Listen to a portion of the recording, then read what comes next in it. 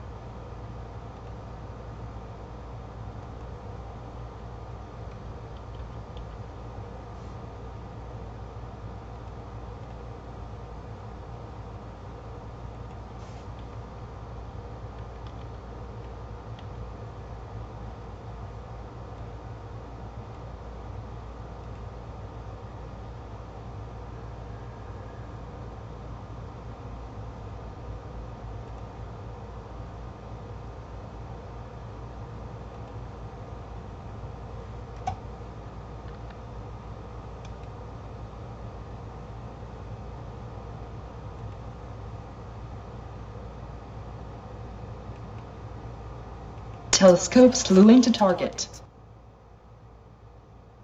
Telescope slew complete.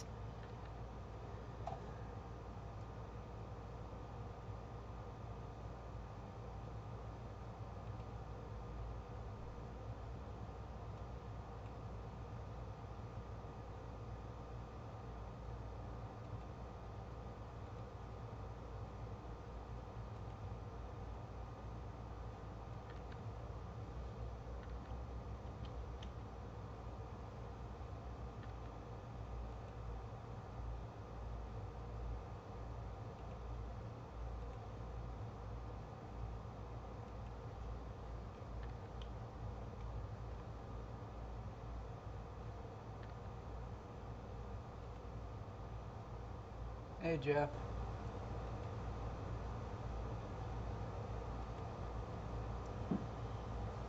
I'm down in where Ophiuchus, right before the pine tree.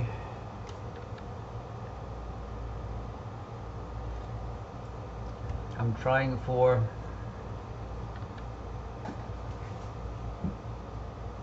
what is this? Another sharpless object. Sharpless 2-46. I may have to increase the exposure. My monitor goes totally black and then comes back on. Could that be another sign that this monitor is dying?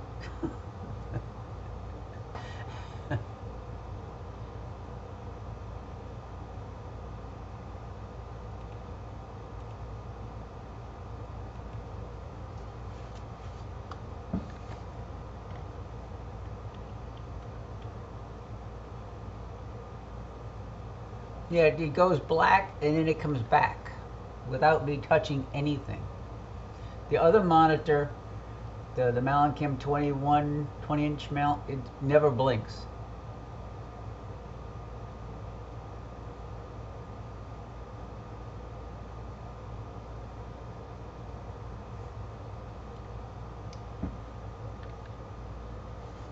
I'm trying to match up the star field. How big is this target I'm looking for? I don't even know. This thing is 30 minutes of arc, so it's the size of the full moon, so it's like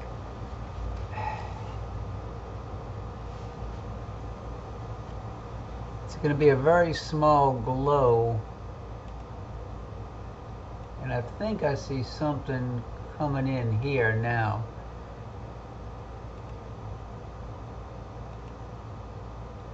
I'm only in a 10-second exposure, so I may have to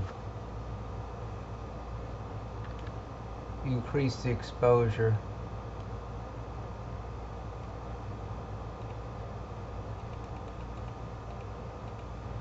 I just increased it to 15 seconds.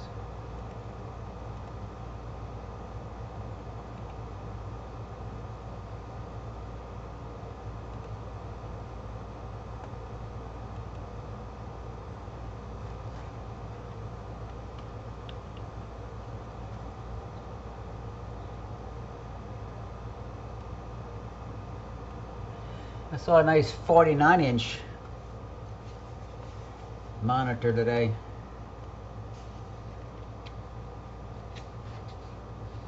The only thing is it wouldn't fit in here.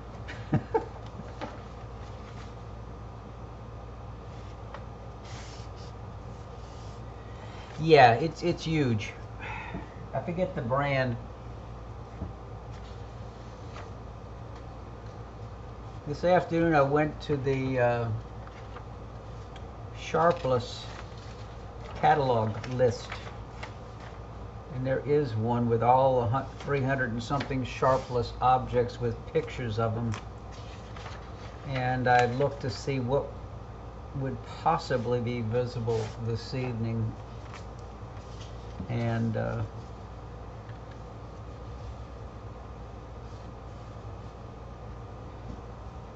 mean, there's definitely something.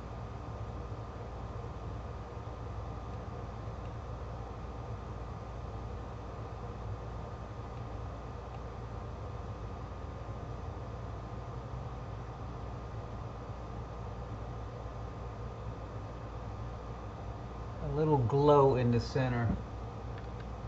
This is also called the Gum 80.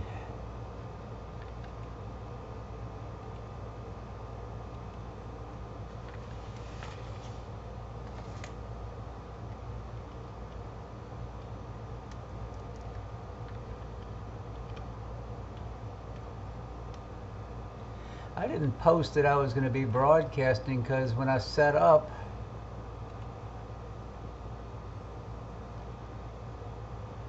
it wasn't, it started clouding up. But that's the target right about there in the center. It's not very bright, and it's 28.5 degrees up in the southwest.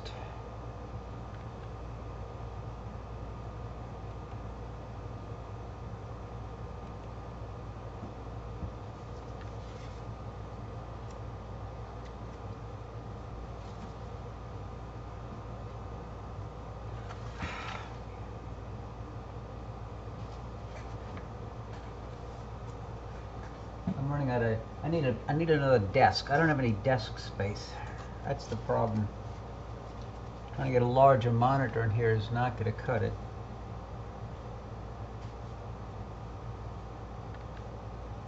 Oh wait, the exposure's not 25 seconds. The exposure's 15 seconds. I can't even type anymore.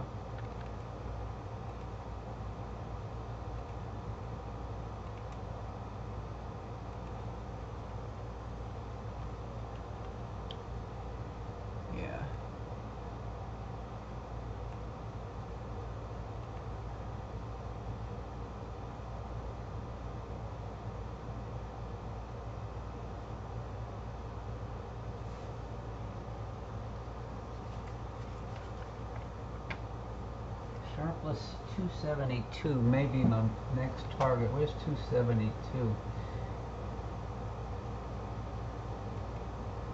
272. It's a little bit higher up.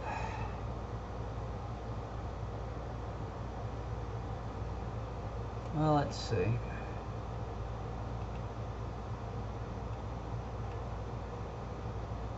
Stop this. Let's go to Sharpless 272. Interactive Atlas.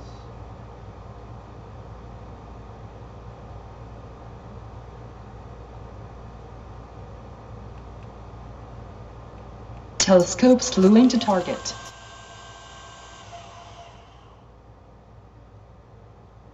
Telescope slew complete.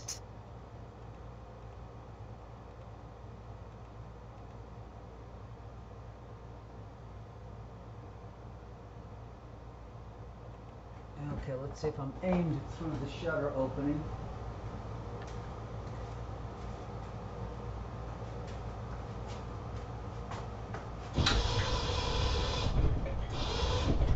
Yeah, much higher. The other one was down in the trees.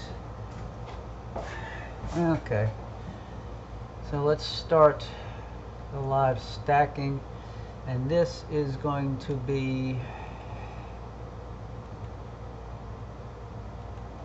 I don't know how long I'm going to be on. Sharpless 272.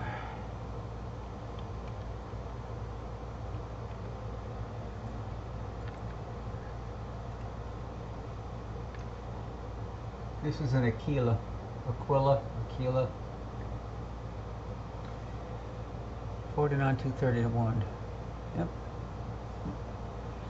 Have to see if something starts building when I get something added to this. I went back to the 7 nanometer Optolong filter tonight.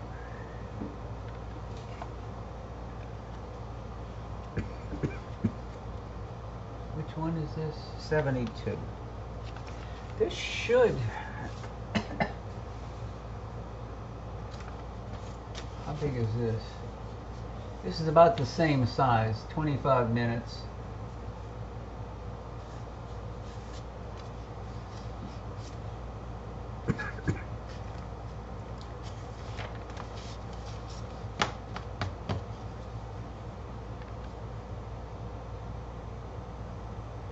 USB-C powered monitor. Oh, okay. How big?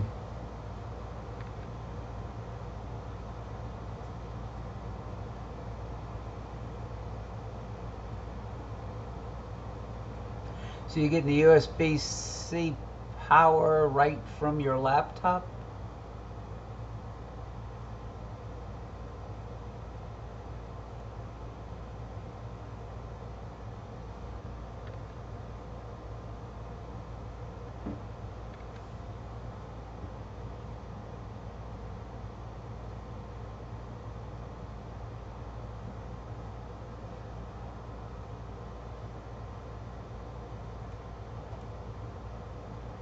I'm not seeing anything yet.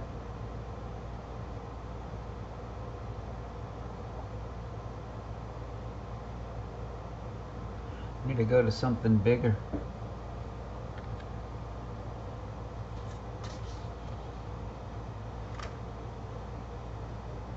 Say this relatively large H2 region might be ionized by the BO5 star according to Forbes.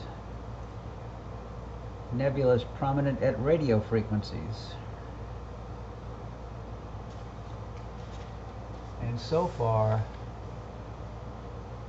I'm not seeing. I got a picture of it, but I'm not seeing it.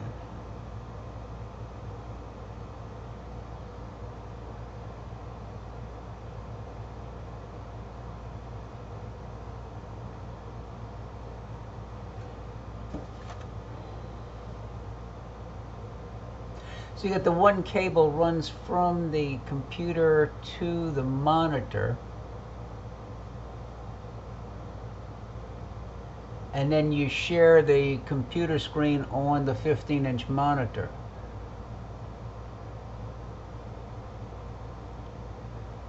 So power and video transfer all in. It's like a...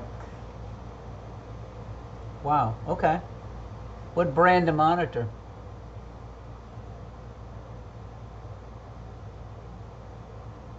MSI, okay.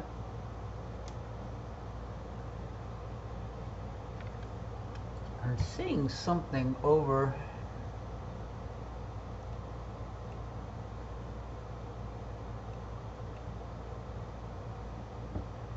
and I have a feeling that is it. Maybe I didn't focus tonight.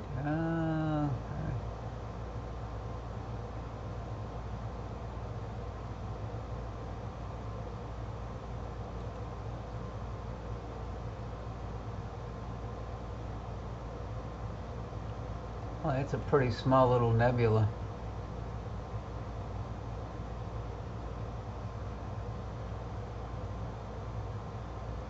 God, are those... Is that from the flat? Let me turn the flat off and let's see what happens.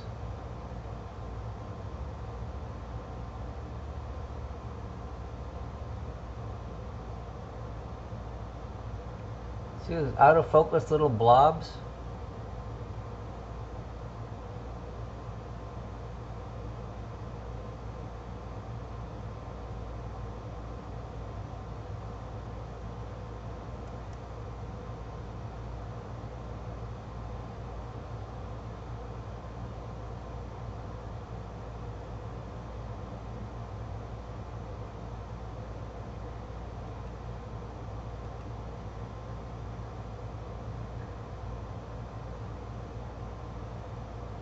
Well, it better not be water drops unless it's raining through the shutter and I don't know it. Let me go look.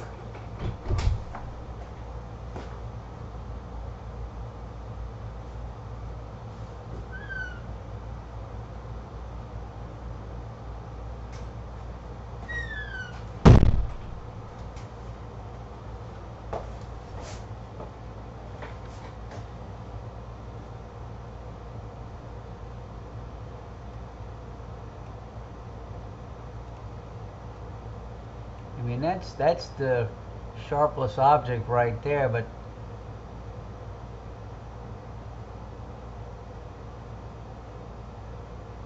crazy.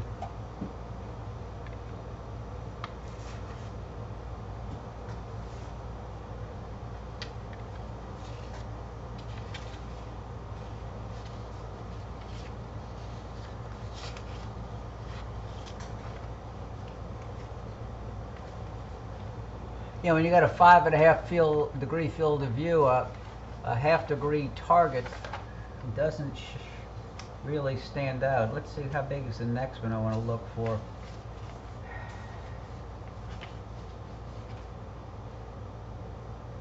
I had a list of targets. Oh, God.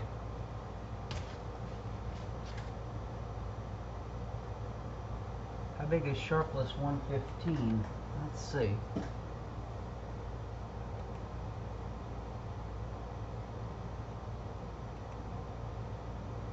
That's about the same size too. God, we gotta find something bigger.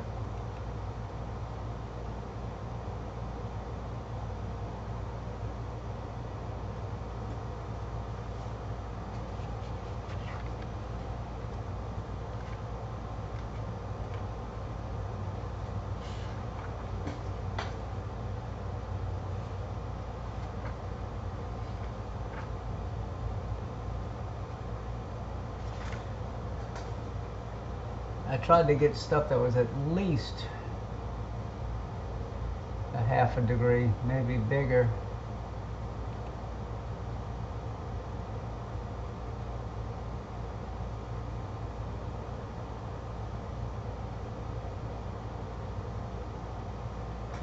Let's see. This one is almost 2 degrees. Sharpless 2-129. Okay, let's see if we can find it. It's going to be in the north.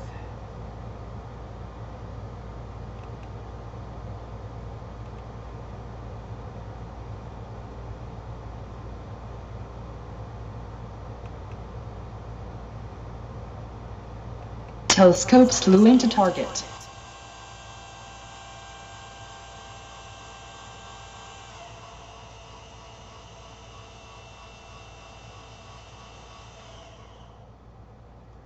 Okay. Let's. Telescope slew complete. Rotate the dome.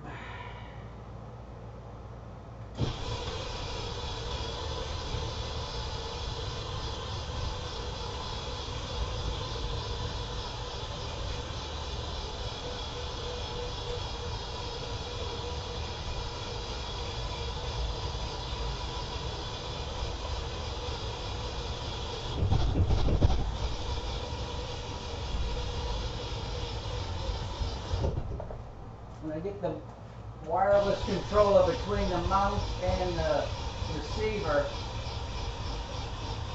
it doesn't want to work too well.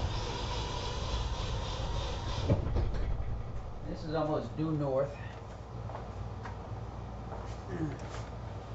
Okay.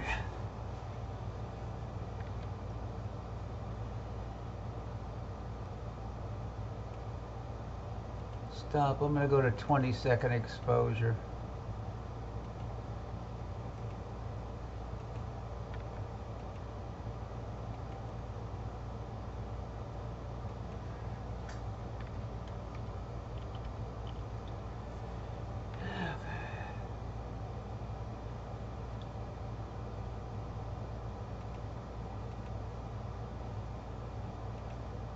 What's this Sharpless 2-129. Let's see. This is almost 2 degrees in extent.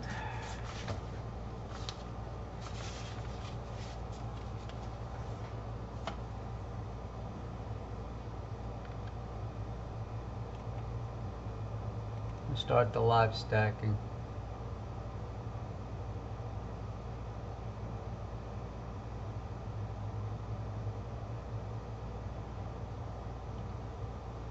Okay, let's see, exposure, and this is going to be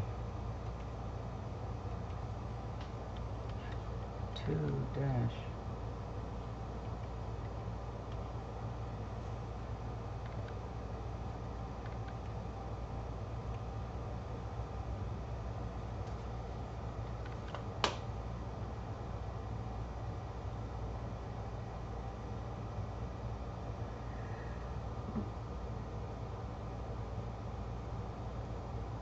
Okay, Jeff.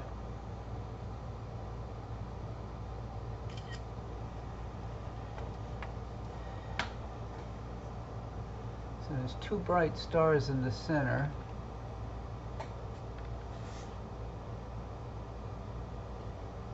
And this is supposed to be 100 minutes of arc in length.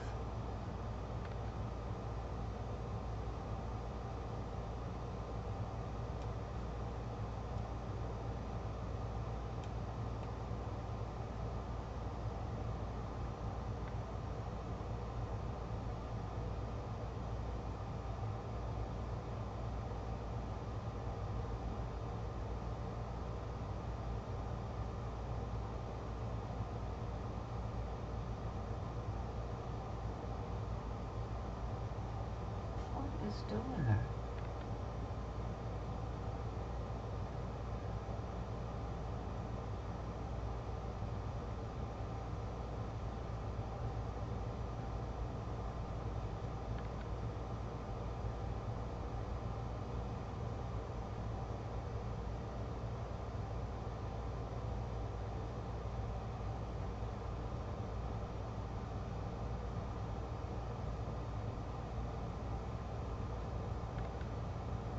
Satellite on the right side.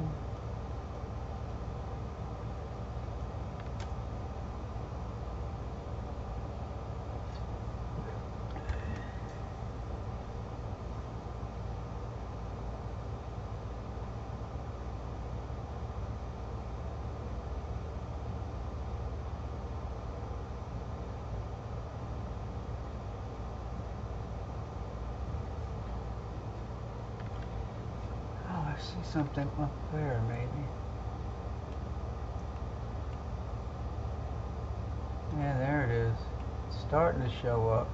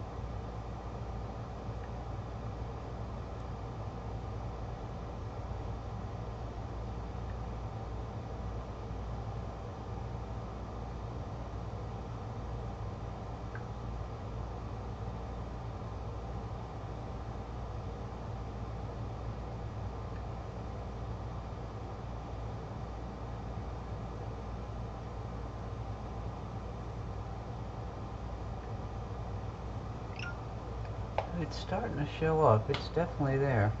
Yeah, Jeff, you can see, but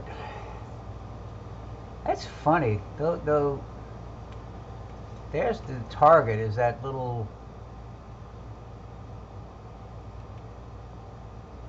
kind of wave through here? That's the sharpless object I'm looking for.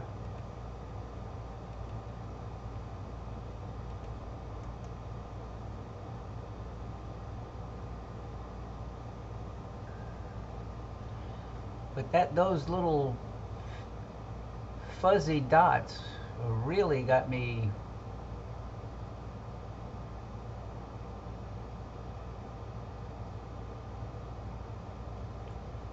I mean, I don't know what's causing that. My filter was stored in the climate control closet. I just changed the filter out.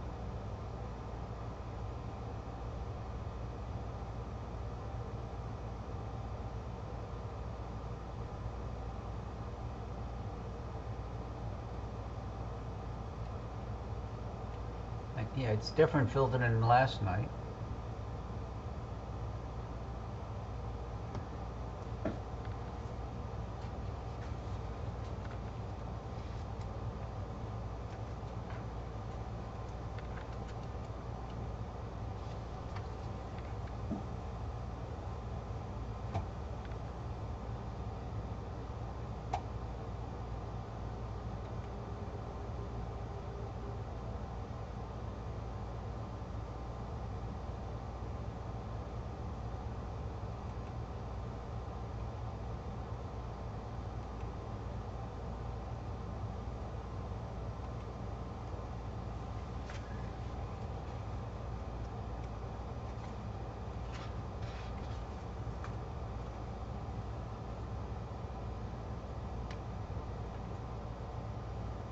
Seven nanometers.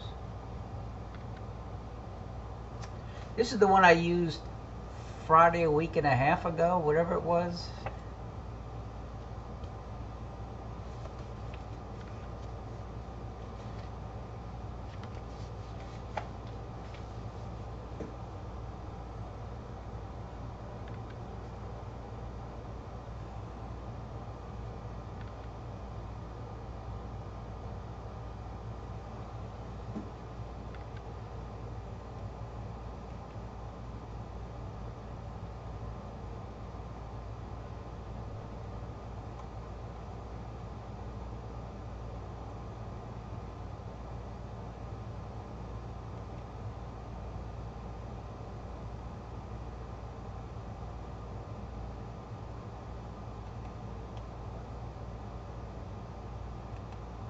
This is right next.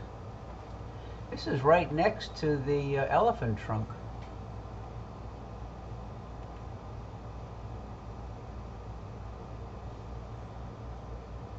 No, I'm pretty high.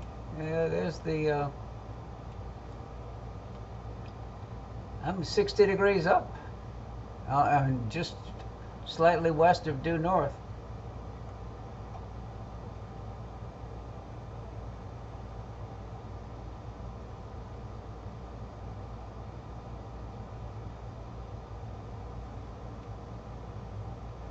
But I've never seen those little dots before, those little shadows. It's not that easy to change the filter. It's internal to the scope. I have to unscrew it and take everything apart.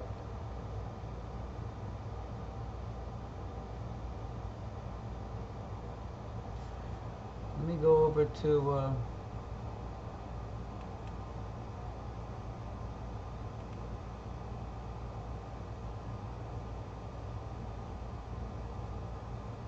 this will be meridian flip time now. Let's see, slew to and center. Telescope slew into target. Yep.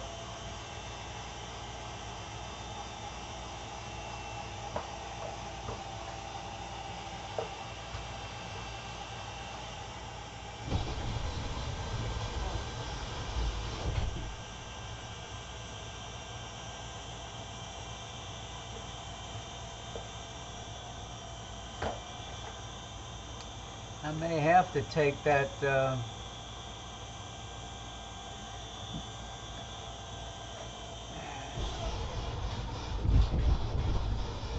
Telescope slew complete. Must just curl up and oh, look at that all sky camera.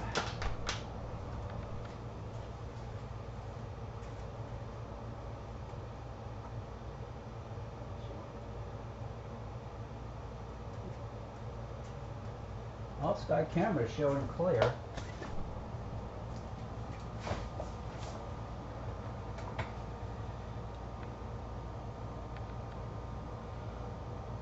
Okay.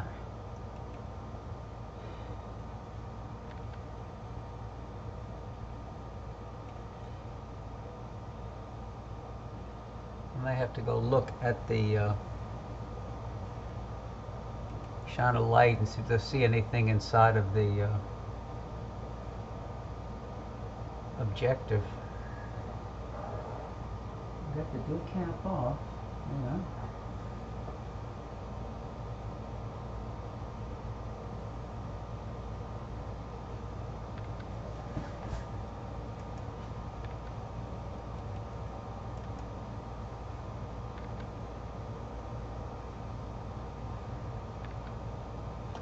Definitely more restrictive of a filter than the 12 nanometer.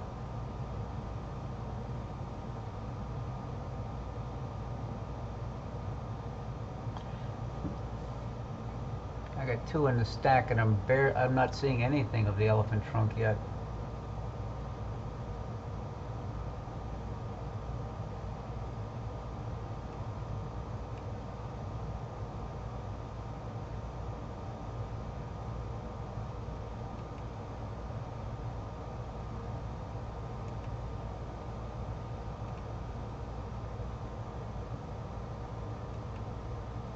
Nothing.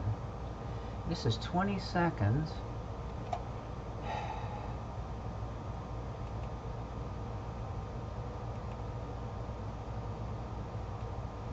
"20-second exposure." I'm at DB1 tonight. I was at DB2 the last time.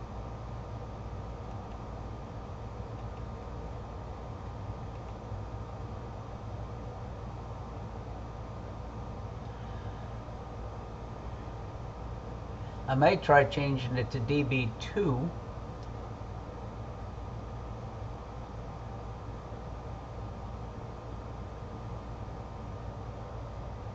How many do I have in the stack?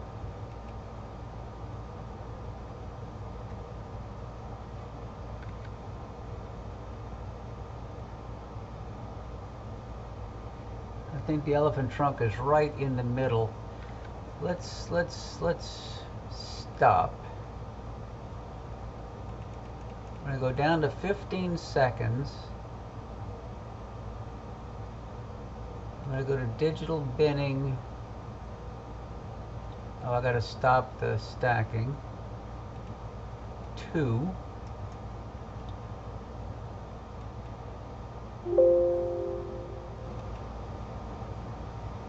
And live stack. So let's erase.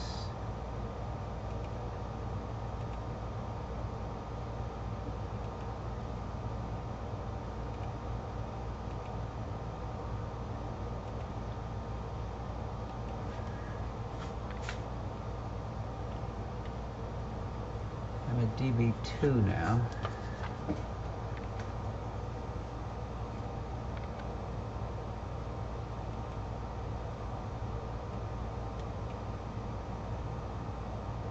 How about run? Yeah, loop.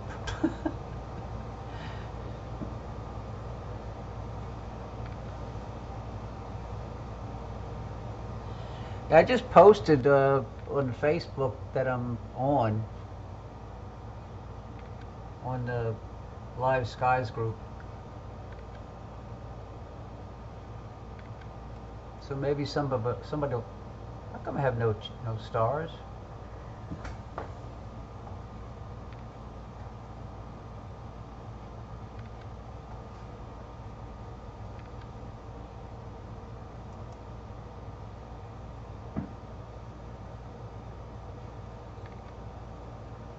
my exposure of, I'm at 15 seconds.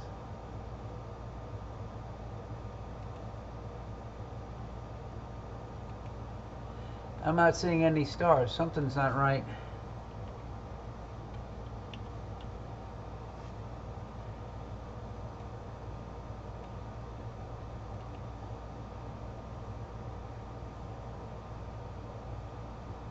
Let me see my settings. Sharpness is off. Heater is off. Cooler is net. Maybe I didn't have the cooler on. That should not have caused those little fuzzy spots. I'm at high conversion gain. I'm gonna turn the live stack off for now. Now I got stars. Import a flat. I took a flat earlier. DB2 flat. Open. Import. And import a dark. So let's go to my cloud.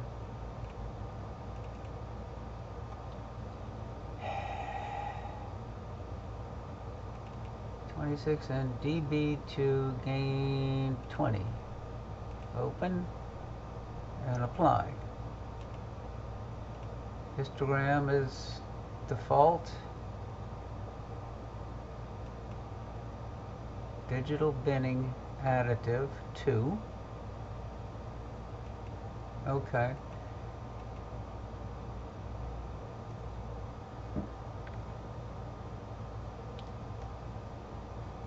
Enable, now I'm going to enable live stacking since I'm seeing stars.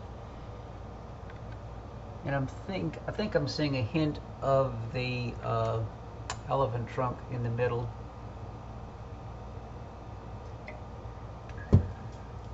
I took a screen capture of that monitor. I'm going to have to look that up. It looks interesting.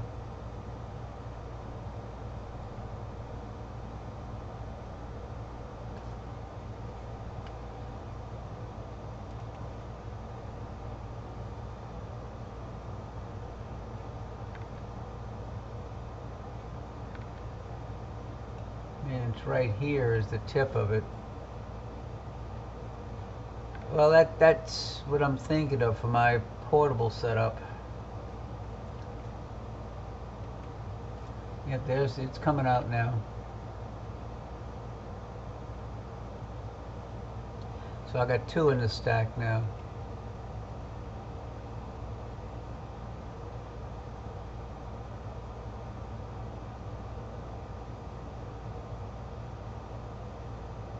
Oh, okay. Yeah.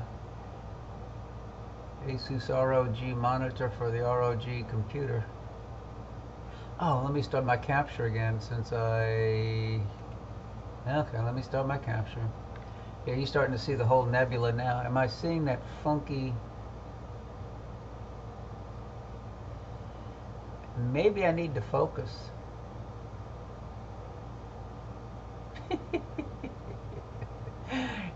You think?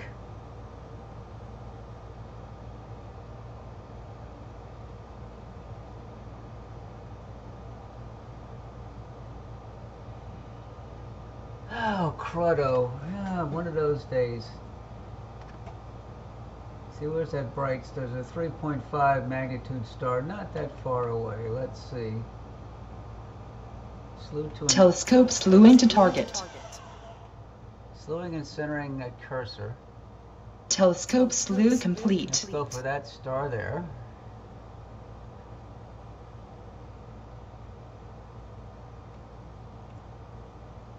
Stop.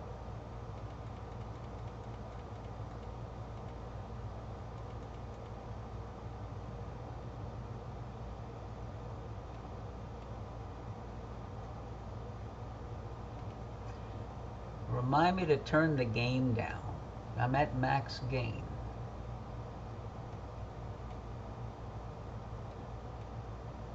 Let me put the mask on. Ugh.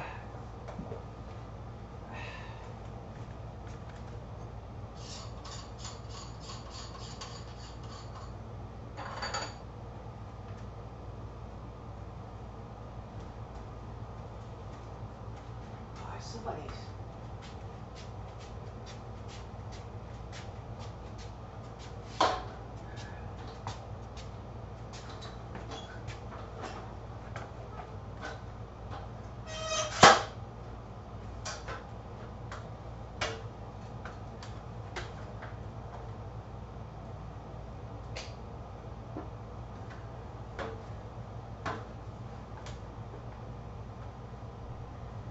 Somebody's got a. It's close, but not precise. Oh.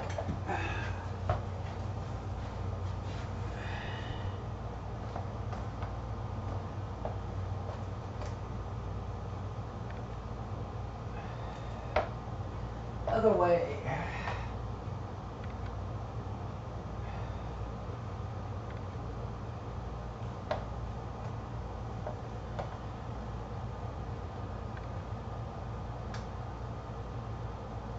Yeah, the filter change would have done that.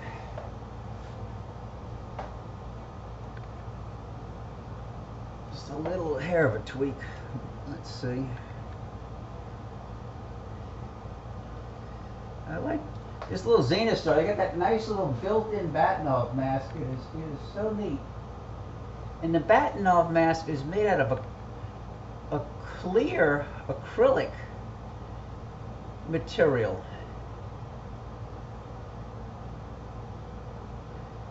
Not totally opaque, but the slots are cut in it and it works just like the solid one you made. Maybe a hair more of a tweak. Okay, let's see what happens.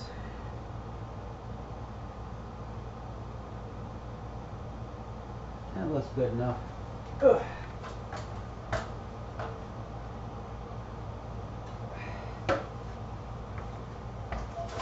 Yeah.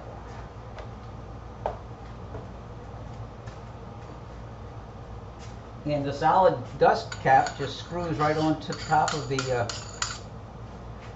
mask.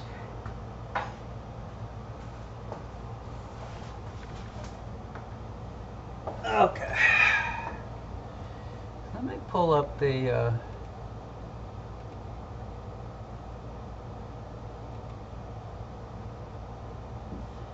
I'm not that far off. Let's see.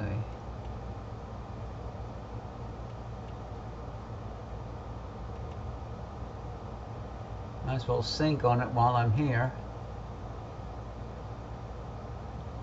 I want to try. I think I missed the Lion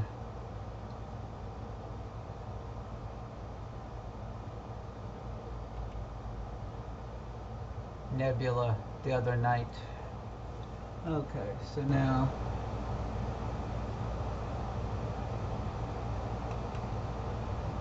sync telescope. Telescope synced.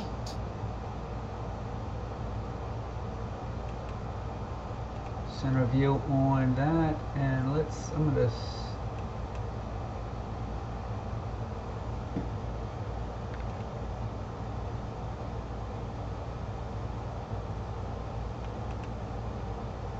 slew to and Telescope slew into target.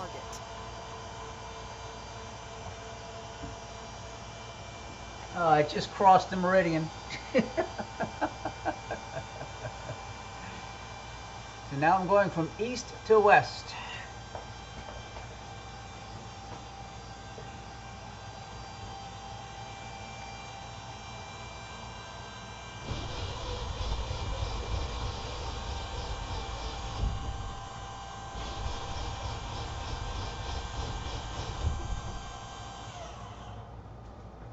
It's almost coming to wait up.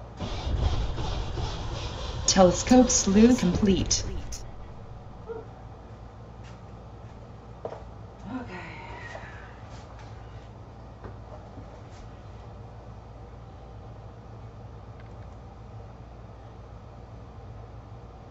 now. Okay, let me change the gain back to, I'm gonna go to 40 gain.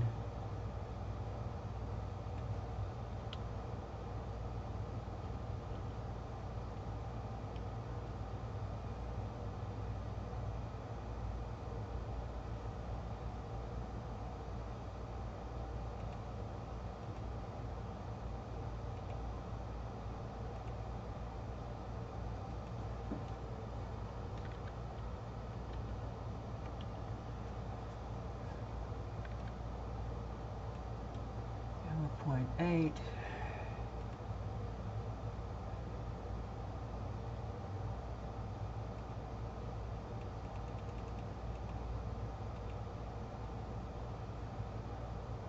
How's your sore throat and cold doing?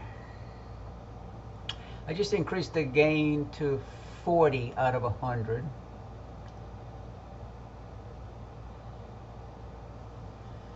I'm in 15-second exposure. And now I'm going to enable live stacking.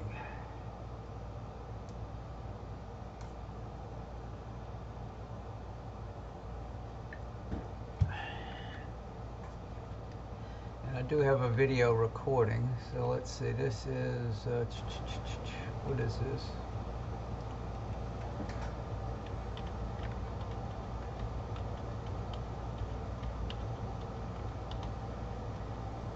IC 1396.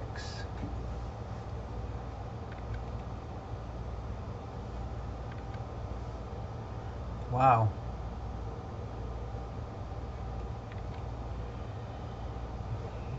We just made another reservation on our trip. For the way home, we're going to stop by friends in Georgetown, Texas for 2 nights. That'll be on the 18th and 19th. And then we have 2 more stops on the way home. We're not going to kill ourselves getting home fast. We'll stop probably somewhere near Conroe, Texas, and then somewhere just east of Lake Charles, Louisiana. I don't know how well Sky is going to be traveling. She's still in a lot of pain because they've only done one of the 2 RF treatments. She gets the other one on Wednesday. Yeah, it's definitely coming in faster. This is only 5 in the stack, and it's looking good already. I wanted to see.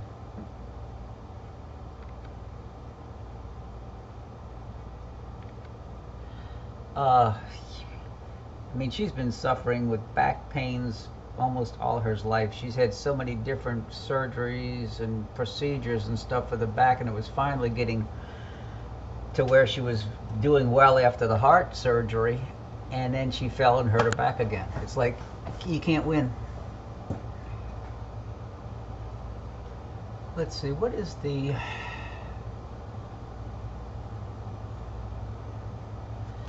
Let me look it up on my phone. Lion Nebula. What is it?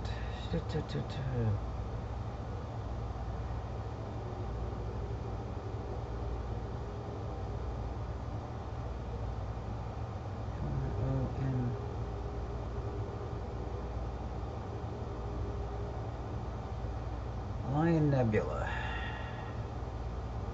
Sharpless 2-132.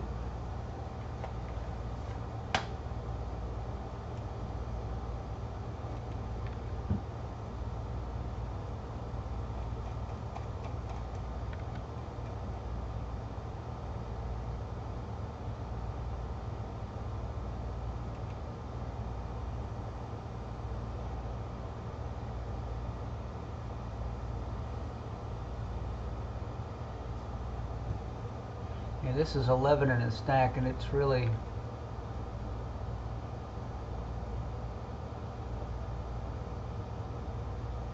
filling in nicely. Do I still have those little funky water drop looking things. Nope, that went away. It might have just been focus.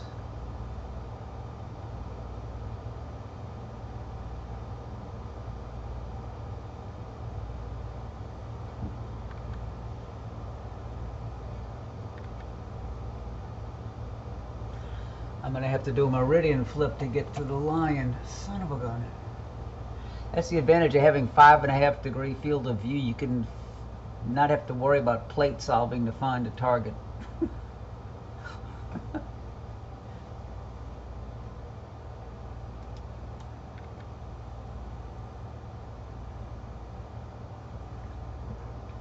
Because if it's not on a 5.5 degree field of view target, then it's probably not going to slew to and resync.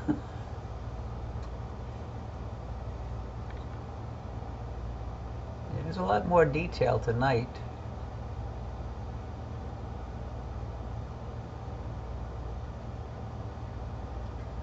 I might have to try the California Nebula again. I'm surprised.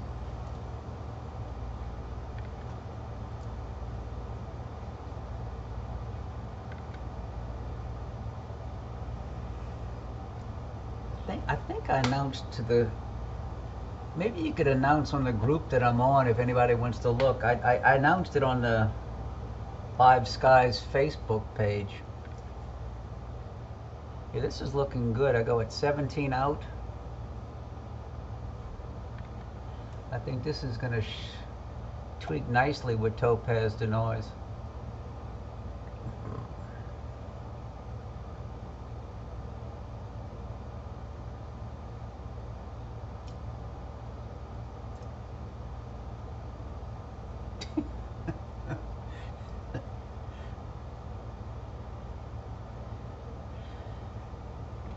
I had done, what is it, the Gamma Cassiopeia Nebula, that little ghost-shaped nebula right next to Gamma Cassiopeia.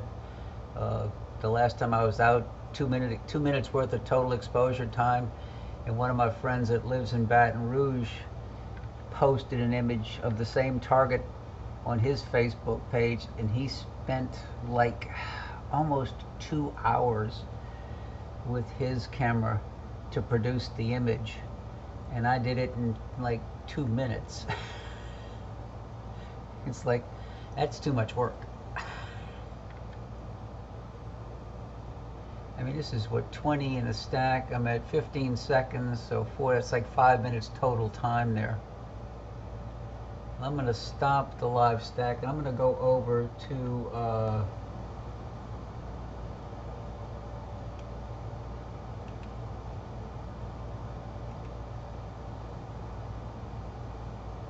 what they call the lion. Slew to and center at cursor. Telescope slew into target. And there goes another meridian flip.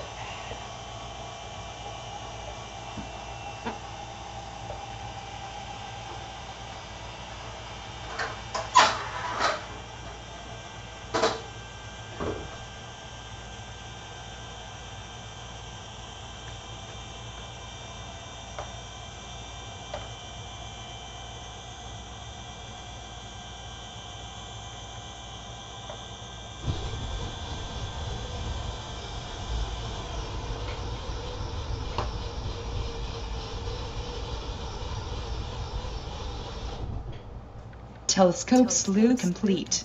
Okay.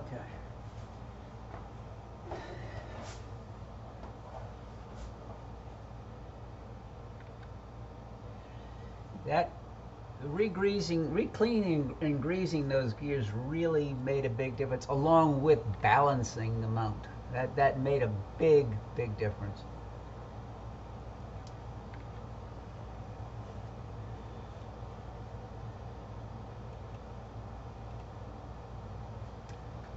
So I see something in the field of view already. So I'm going for, what do you call it, the Lion and Nebula? Yes.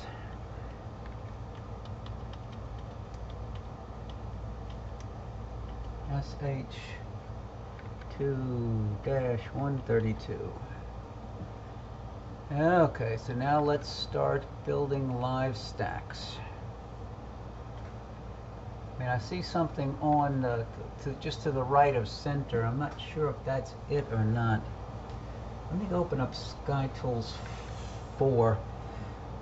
What I don't like is SkyTools 3 used to have a way of importing DSS images directly into the maps, but then the site they were using for the importation no longer works. So you can't import DSS images into SkyTools 3.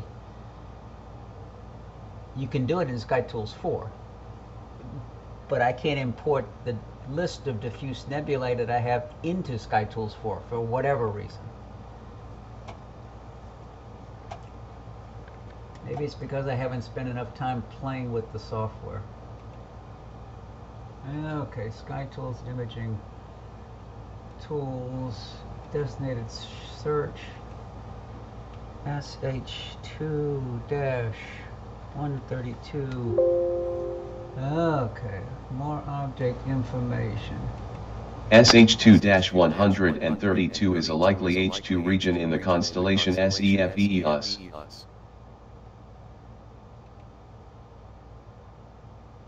So let me download a DSS image at cursor.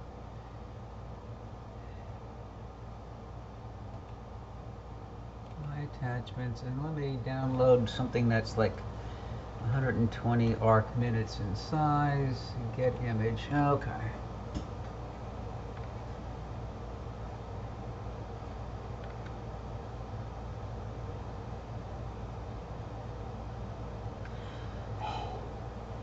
Greg is a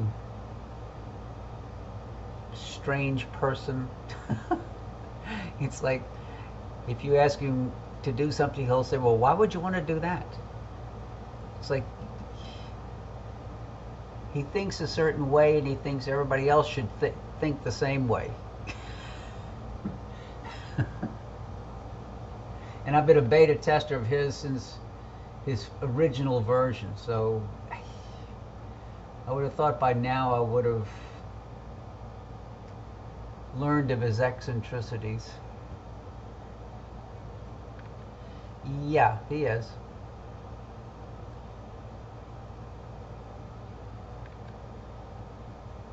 Now, I don't see a lion in this. Maybe when I tweak it in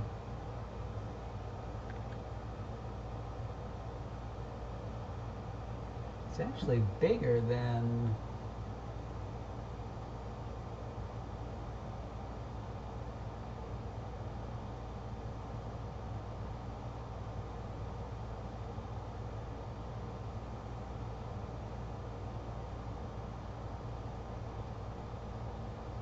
it's not that far from the elephant trunk, but it's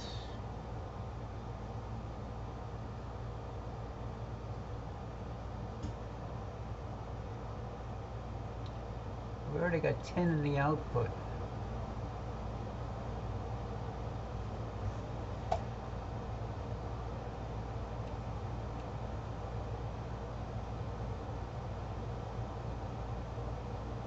I'll have to tweak this and play with it. Well, nobody else joined the party.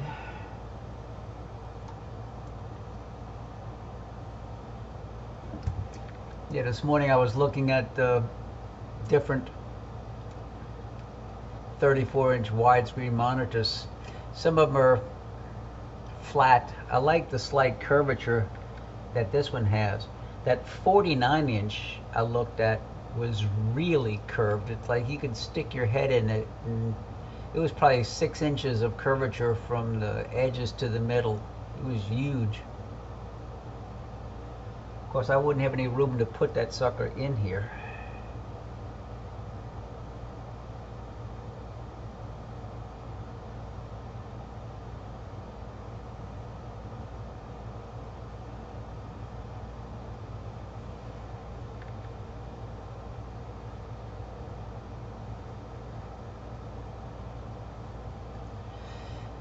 There was something about being at the curvature of your eye. You could look at the screen, I guess, be close and be able to see with peripheral vision to the corners of your eyes to watch the guy coming in from the side to blow you up or whatever, I guess. I don't know.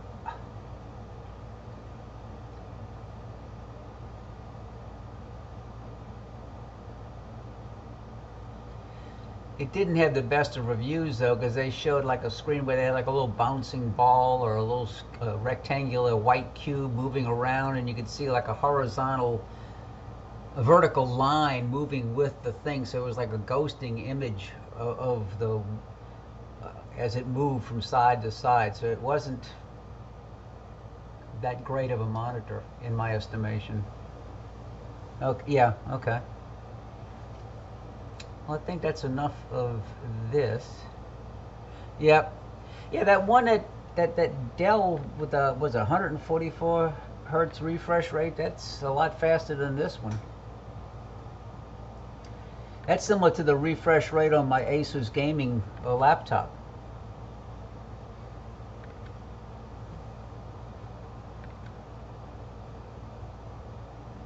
I mean, this nebula really filled in nicely.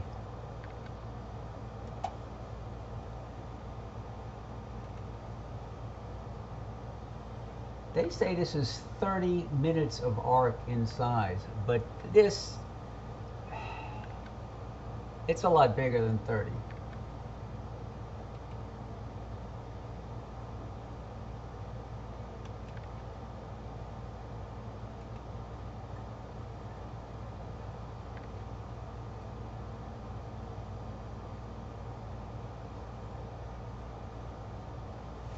I think I did this. Yep. I thought I had done this one the other night. The number sounds familiar.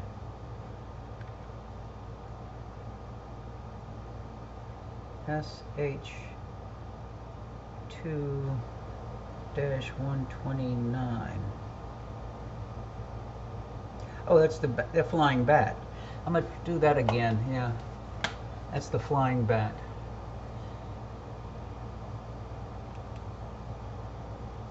Telescope slew into target. Yeah, the bat came out. Not another meridian flip. Okay. Yep.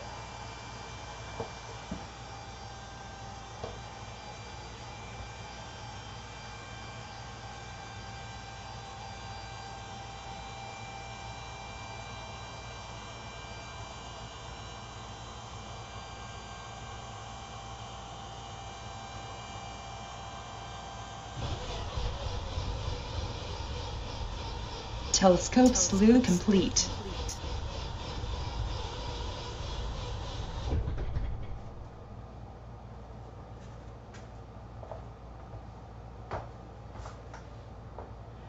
Yeah, the flying bat came out nice the other night.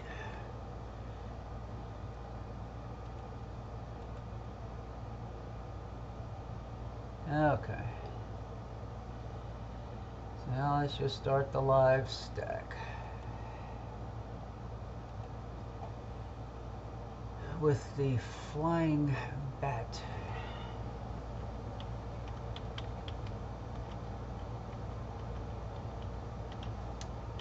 SH2-129.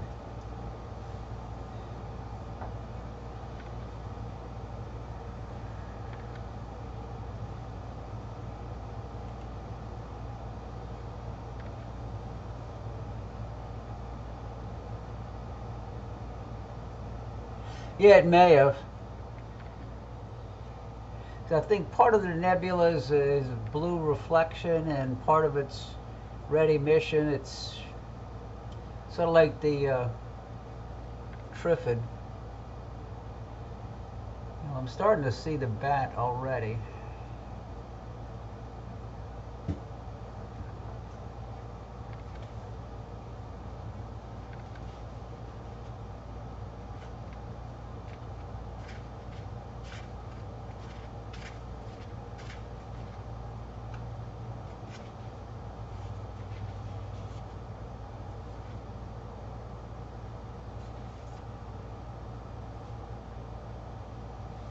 Wait. Oh.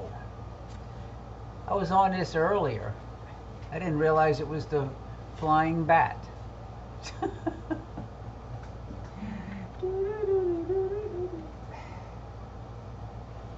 Okay.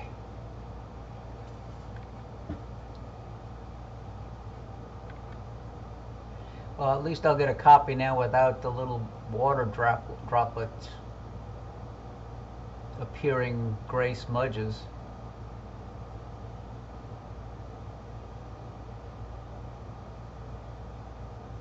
Yeah, I think the line was upside down when we were looking at it before.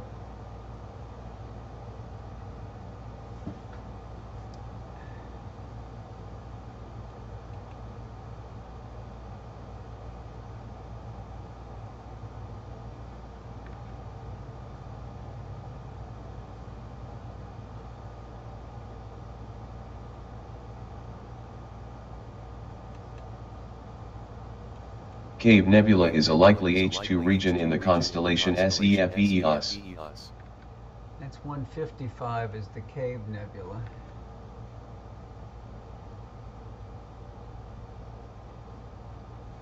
So they don't list it under Sharpless numbers, they list it under Cave Nebula.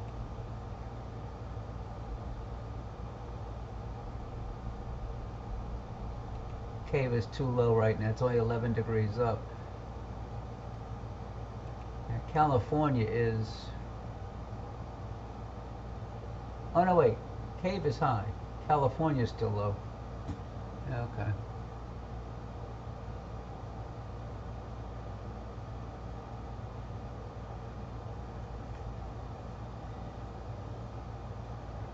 Yeah, I think the last time I looked at it, when we had the ghost, I don't remember seeing this much of the nebula. I remember seeing these 3 stars and seeing this part of the nebula. But yeah, going to the longer exposure, I mean the higher gain made a big difference.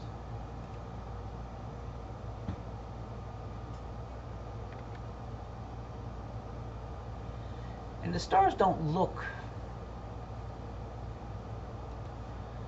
that shabby in the corner.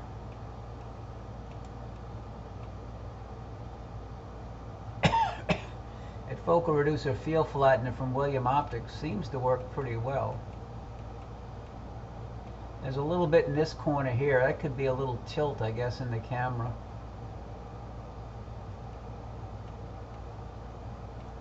And there's some over here. Yeah, so there's a little bit of tilt. But when you're pushing this much, do a little cropping and get rid of the bad stuff on the ends. I guess everybody else is looking at Monday Night Football.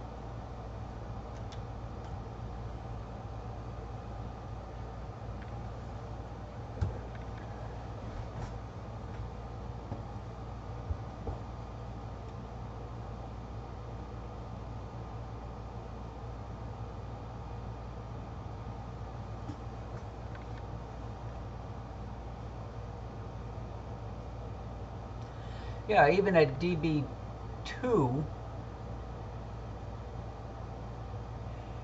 you're still at a 6+ megapixel output, effectively.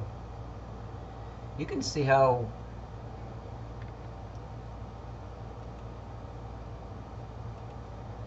this thing goes way down here.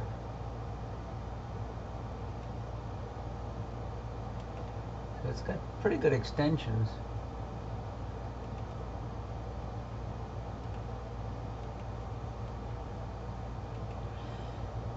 Before I started broadcasting, I did a couple of Jupiter and Saturn images. Jupiter and Saturn looked pretty good. The red spot was not yet on Jupiter. It hadn't rotated on.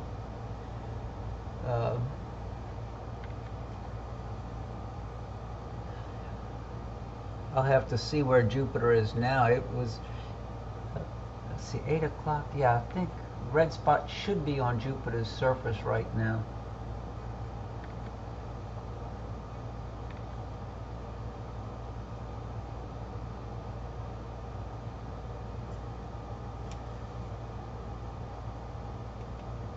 See, where am I? I'm at Azimuth. So I'm on the western side, so I could go to Jupiter without a meridian flip. Let's see, defaults. Let's go to Sun, Moon, planets. Let's go to Jupiter. Jupiter is just 8 degrees west of due south.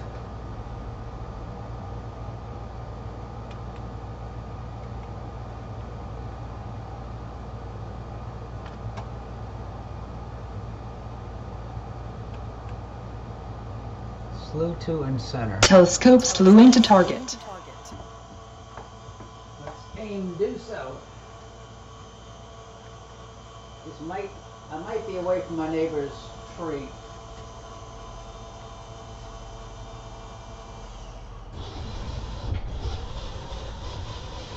Telescope slew complete.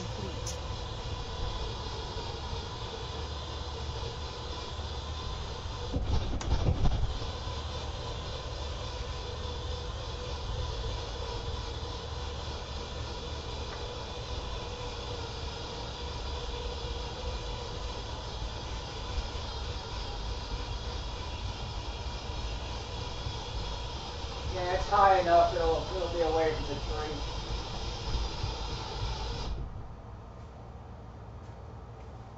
And the neighbor's tree is not that tall. Hopefully for the next hurricane it decides to blow over.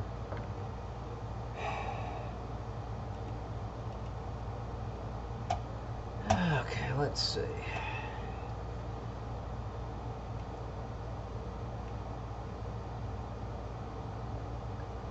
Stop.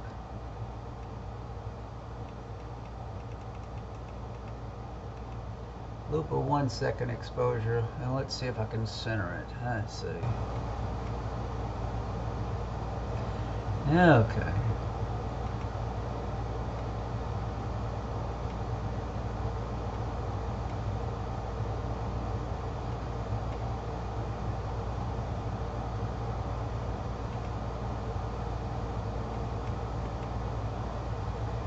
I gotta see where this scope is relative to. Let's go back to defaults.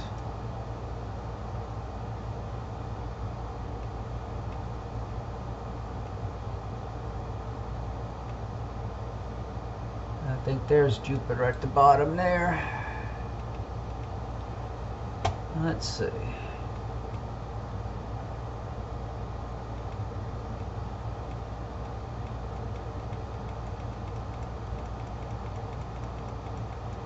So the two are not exactly parallel in their alignment.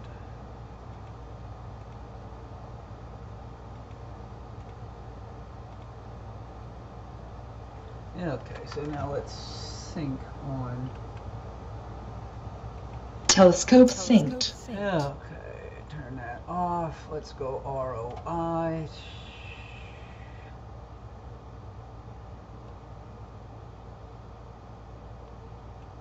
Out of 500 by 500.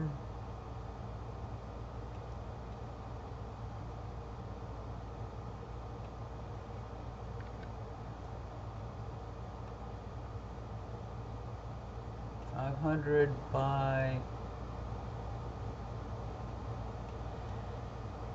apply.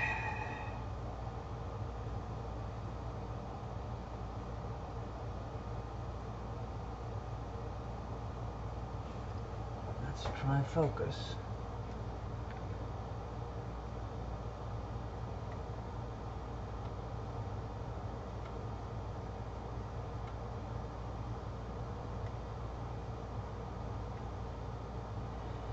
It looked better before the it got dark.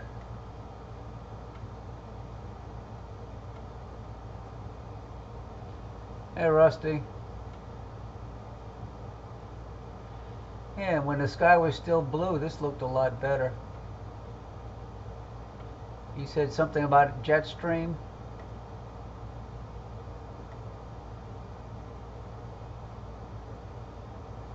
Hey, Rusty. Yeah, it was definitely better earlier.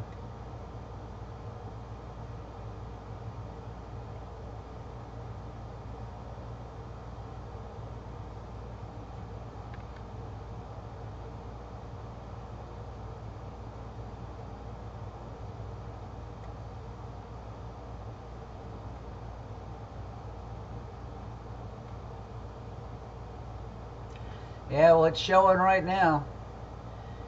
Because about 5:30, about 3 hours ago, blue sky, but Jupiter and Saturn were pretty steady.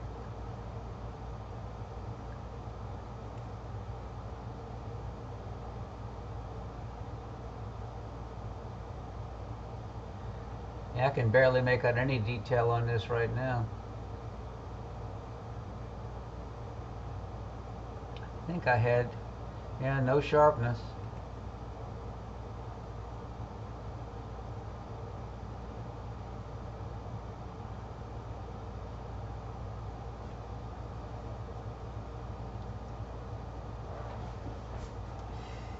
Was that from Astropheric weather site, Jeff, or what else do you use for the Jetstream? Okay. Yeah, I've used that a lot lately. It's been more accurate than any of the other weather services.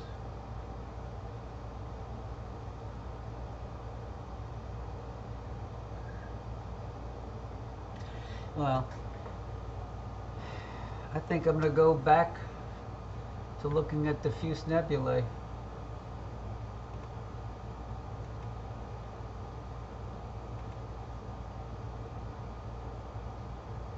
What was that one? Cave Nebula? Cave Nebula is 56 degrees up.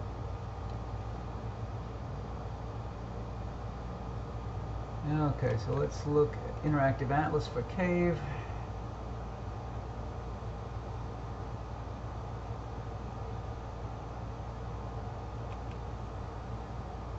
Slew to insert. Telescope slew into target.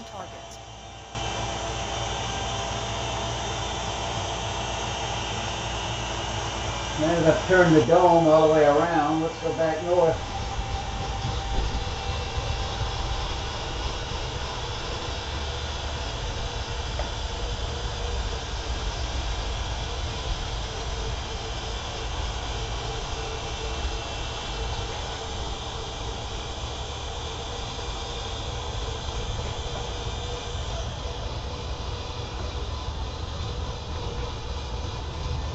Telescope slew complete.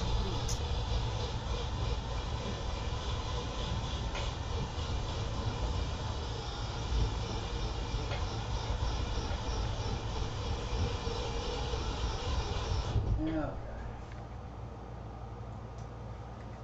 would be nice if the dome turned a little bit faster. Okay, let me change cameras now. Okay.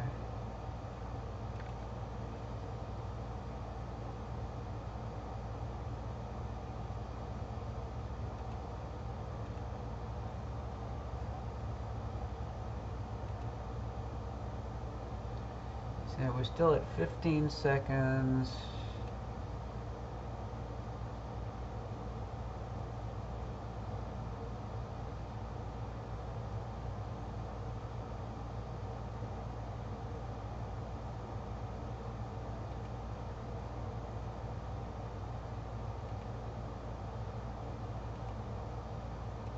So let's go to back to 15 seconds. Loop. And this is supposed to be the Cave Nebula.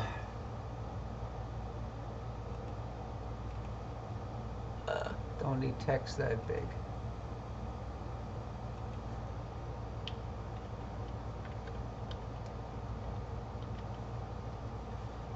cave is... What's the Sharpless number? 2-155.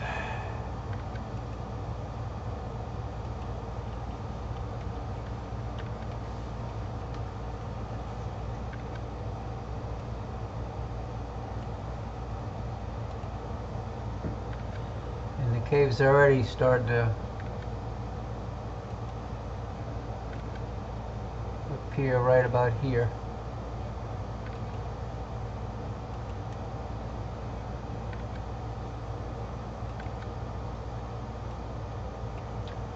Live stack.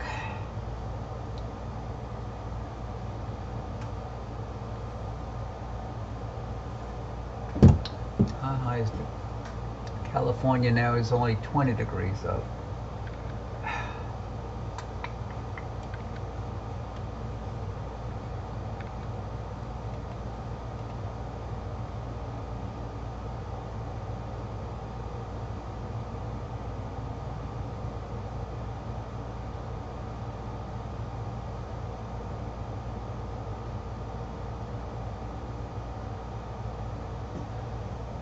Okay.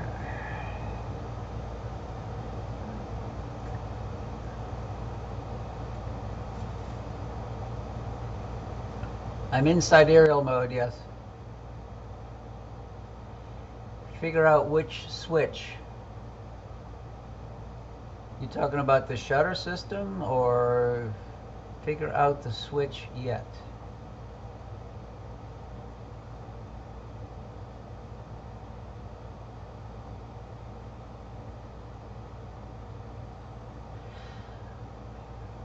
I got new inline couplers, both straight through and crossover. I got new RJ12 connectors for the ends of the wires. Wired up the wires the same way I've always done it, put it together and it wouldn't work. And I've always used a straight through coupler. So I decided, let me try putting a crossover coupler. Put a crossover coupler and now it works. For some reason, after 11 years, it decided it didn't want to work with a straight-through coupler. Go figure.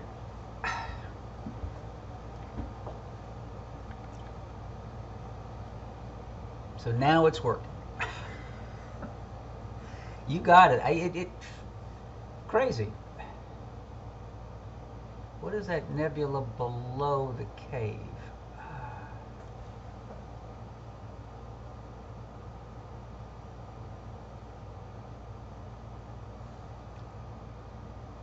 Is that the bubble? Oh no, wait. Yeah, that's the, oh.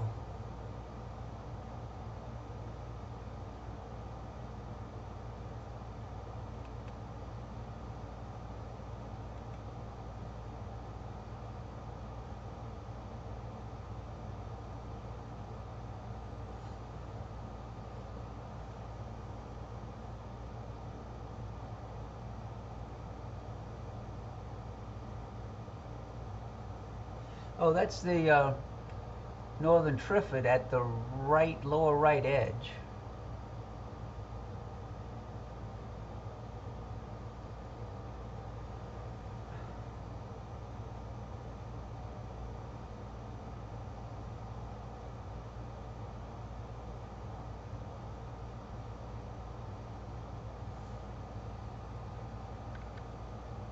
So what is that to the very bottom center?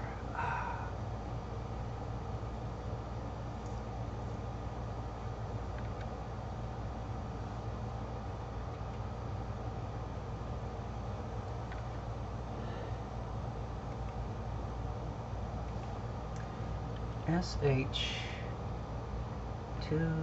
2-155. Cave Nebula is a likely H2 region in the constellation Cepheus. Cave Nebula is located fairly high in the northern sky. So there's the Cave Nebula. Okay.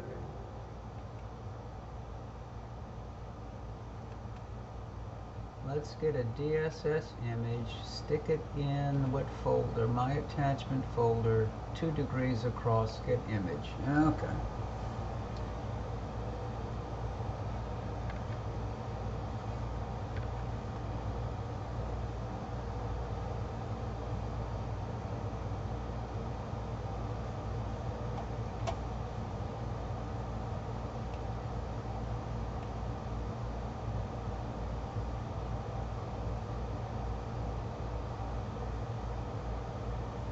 And we got 15-second exposure and additive stacks, they build up real fast.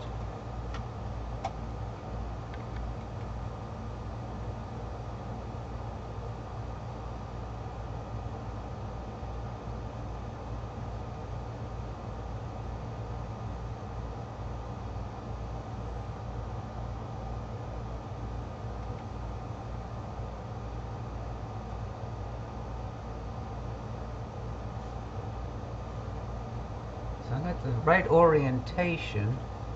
I'm trying to match the orientation in SkyTools.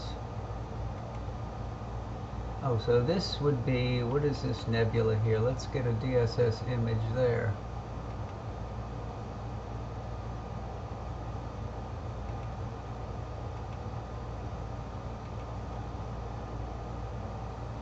SH2-154.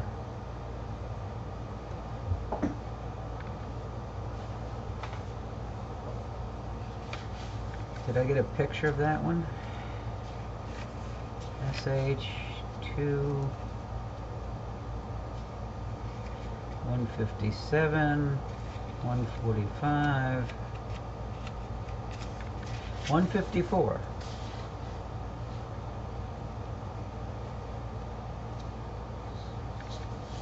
Yep. That's what I'm looking. Okay. Got a little cloud at the bottom. That's SH2 154.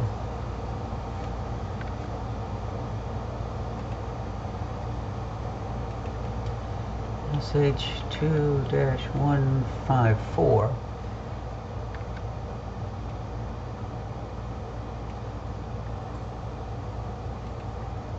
is that right there. And the cave, of course, is there. Who just joined the, oh, who just joined the party? Let's see. Let me get back to, oh, Mike and Derek, evening.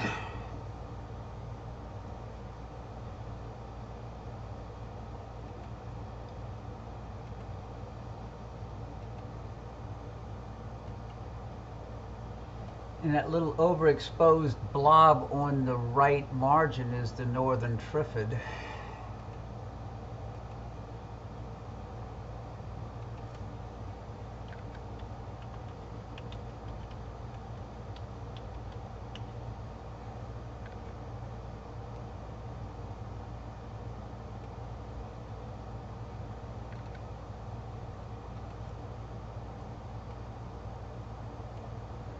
Is right there.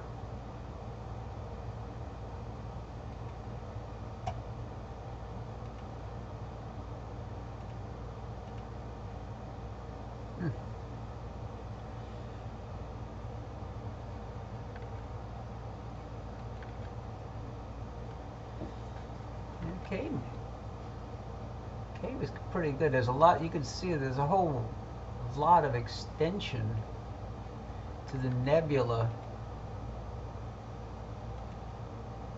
Kind of runs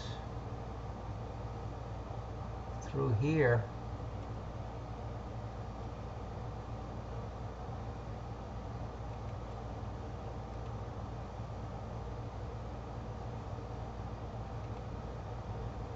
Let's stop the live stack. What can we go to now? Let's see. Can't see a preview.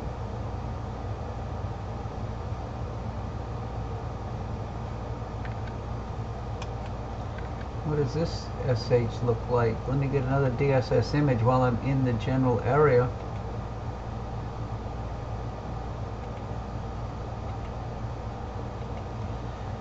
I'm looking for SH160 2-161.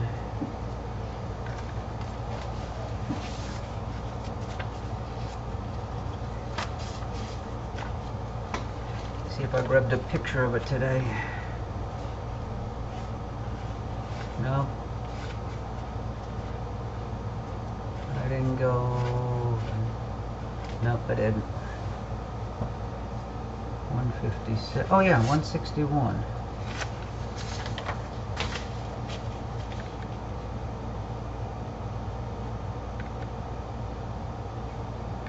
We've done that before.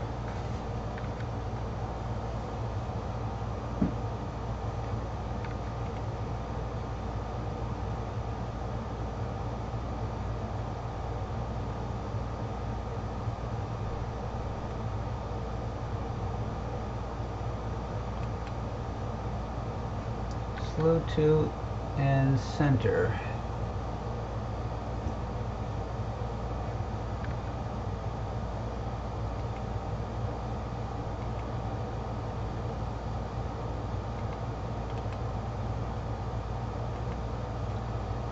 Did I lose my connection to my mount? Oh, wrong program.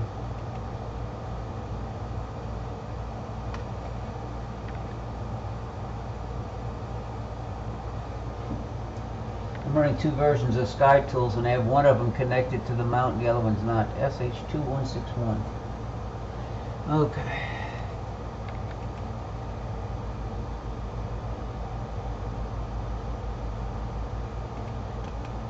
Okay, let's go to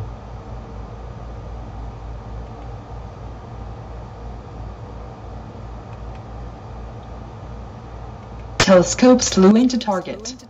Telescope slew complete. It wasn't a big move. Oh, God. You can see how much it moved, huh?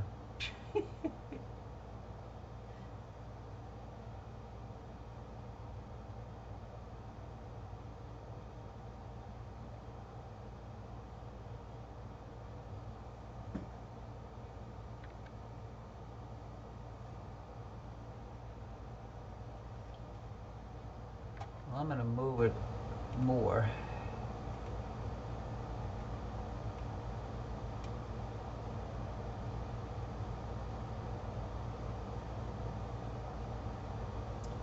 Now, if I moved it in the right direction, who knows?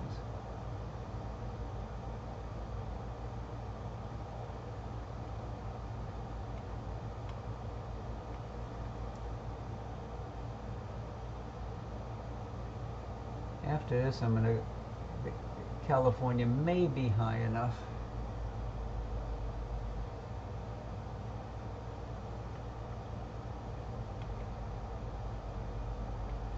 One more move, and then we'll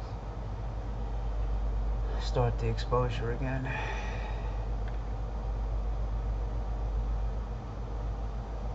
Yeah, because there's the northern Trifid moving in the bottom.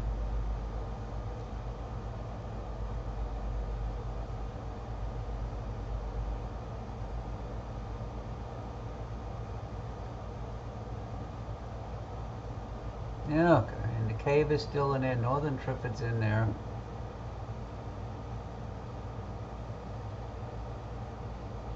I knew what you meant, Derek. Let's go to LiveStack.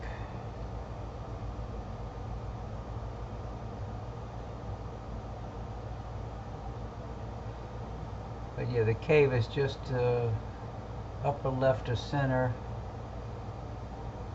The northern Trifid's in the lower right.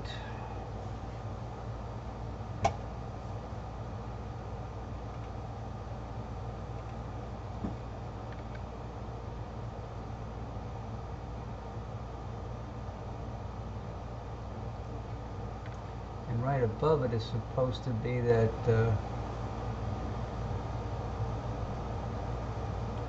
maybe I should have moved it further to the left.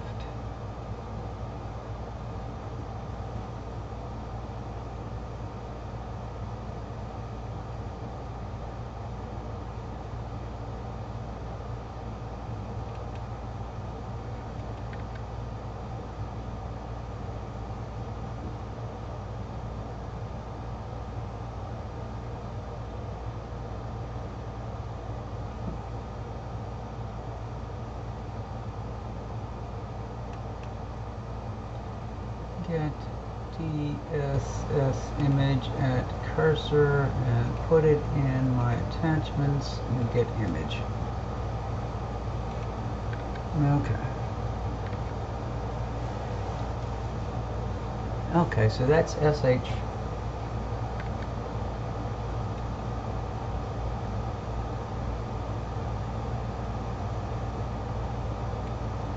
SH161. That's okay.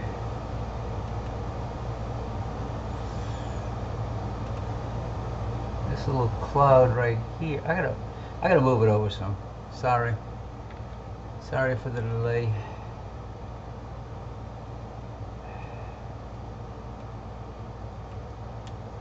Because I'm just starting to get that target in. Let me go to 200x slew.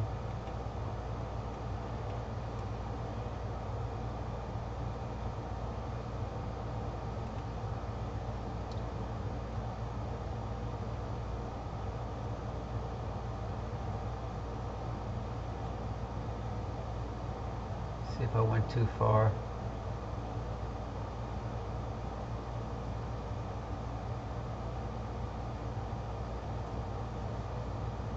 Oh, stopped the live stack.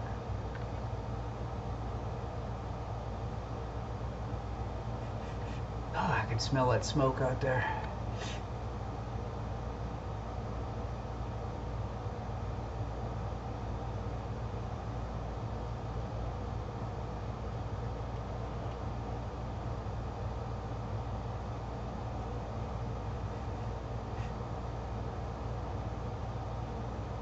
That's probably going to be good enough right there.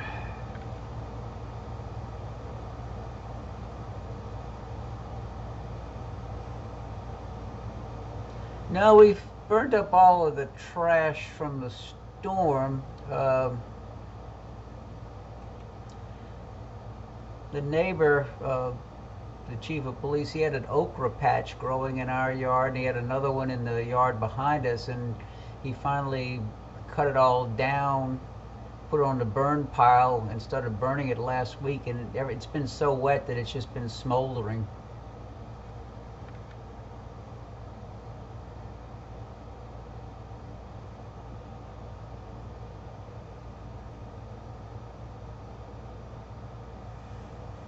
And then we still cut limbs and pick up twigs and stuff and throw it on the same burn pile in the back. So I should be live stacking now. How many are in? 2 in, 1 out.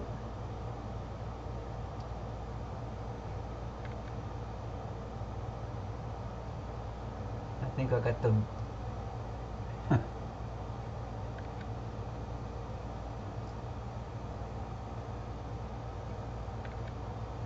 There's a lot of stuff in this view.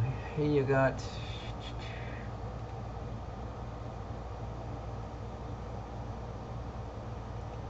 This is the bubble.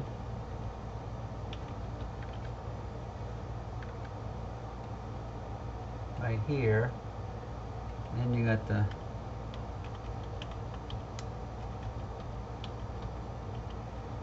Northern Triffid right here. You got the cave right here.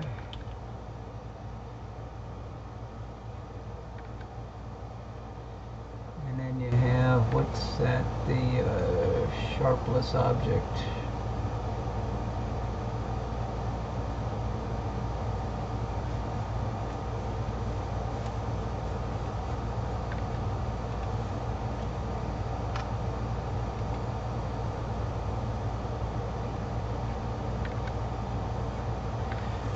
Sharpless 2161.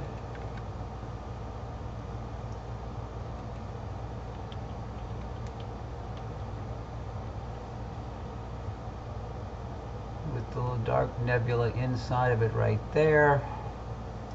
And over here you have Sharpless 154.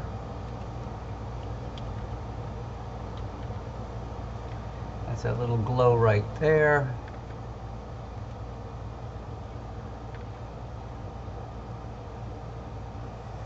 What is next to the bubble? Sharpless 2-159.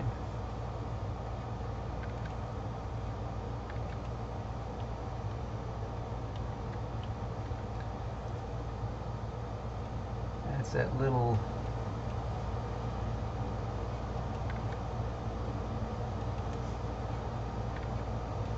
that little patch there.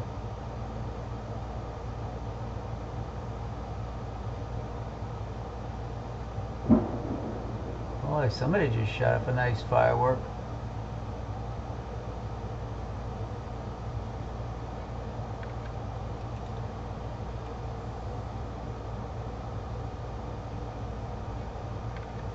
So there's a lot going on in this image.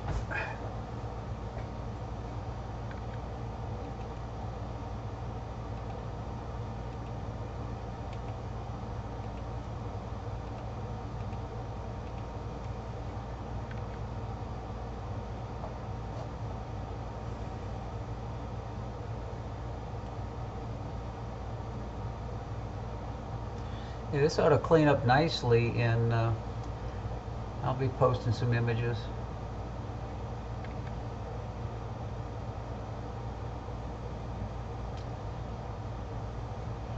I don't know if it's the field of view or the fact that we're using additive stacking,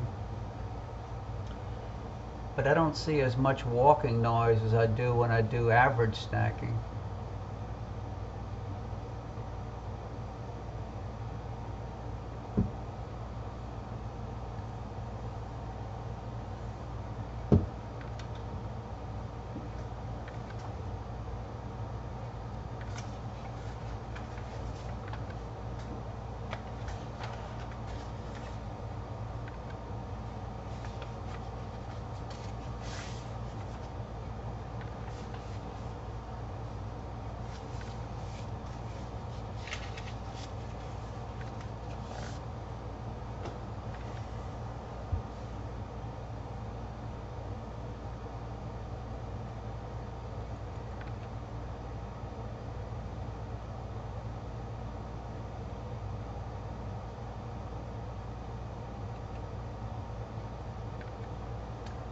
Very nice, very nice.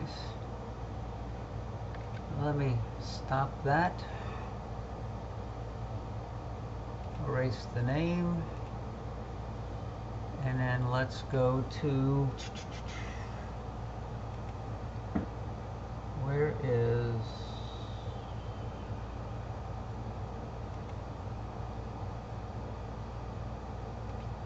California Nebula is now 25 degrees up, so let's see what happens.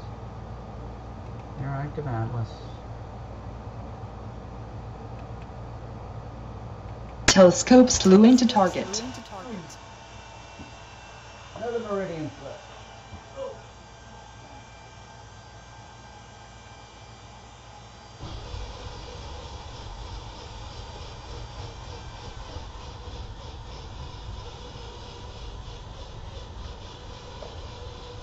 Telescope slew complete.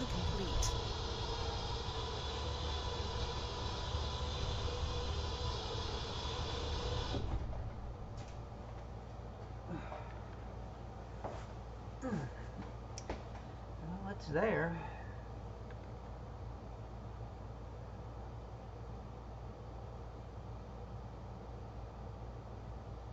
Now let's start the live stack. And for those that don't know, I am doing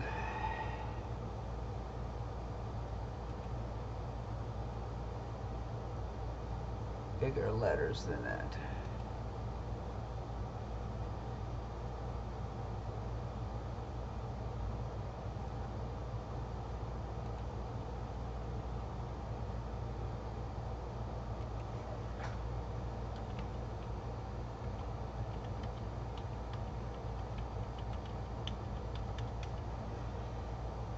Additive versus average. So that's why the image gets so bright so fast.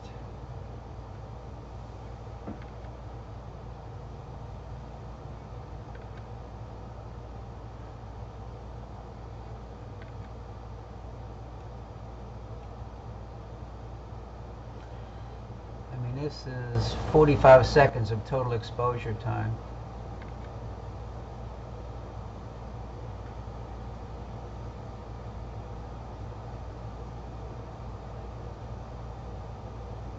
1 minute.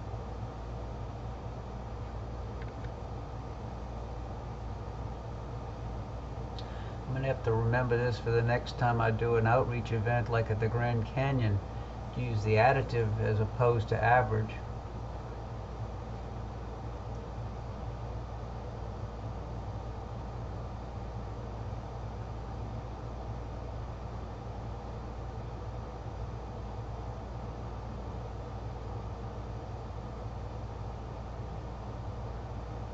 That's a minute and a half.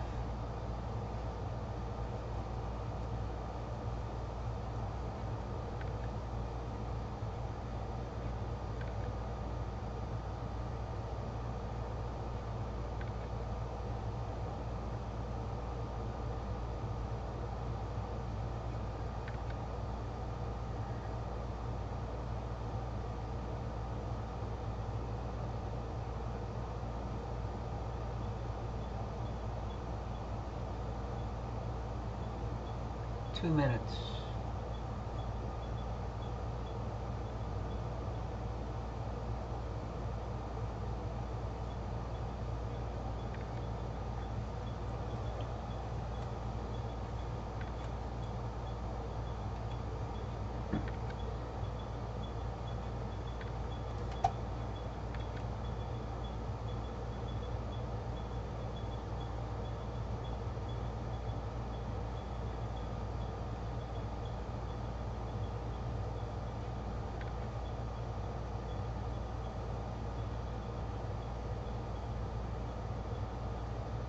Wow, 9 years to, and they're still working on it, or is it actually working now?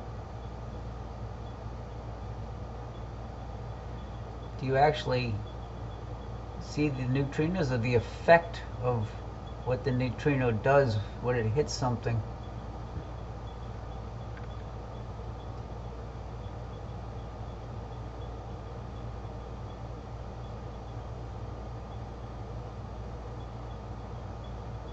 That's 12. That's 3 minute total exposure right there. Oh, okay.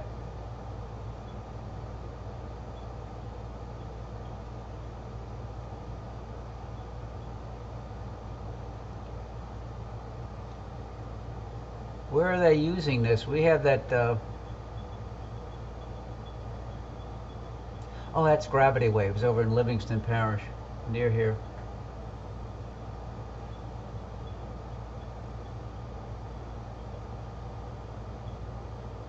Okay. This is 3.5 minutes of exposure time. The structure in the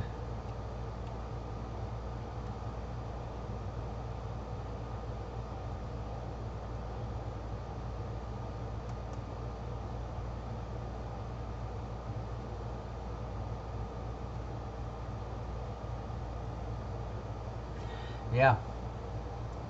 I've never seen that much structure in the California Nebula. That's a total of 4 minutes exposure. It's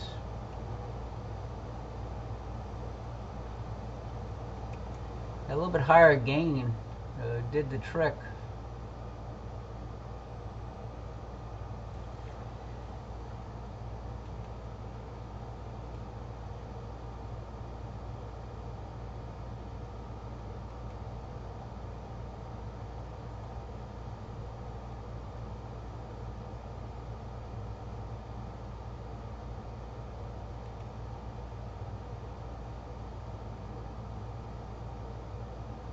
That's too low. Okay. I'm looking for other targets. And California is big. California is like 2 degrees, but 2/3 of a degree.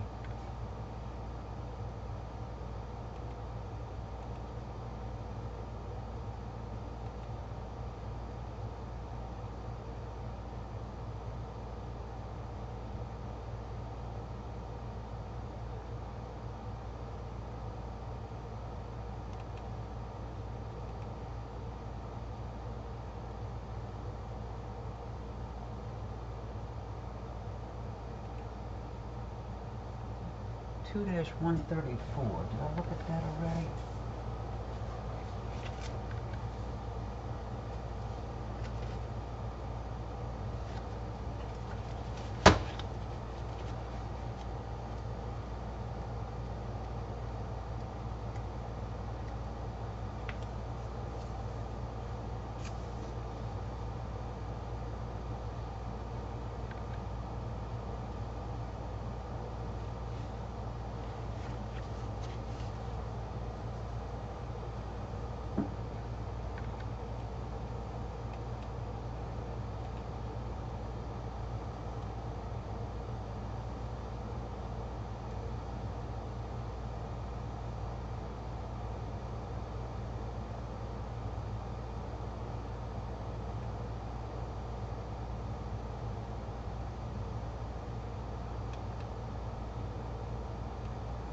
Telescope slew into target.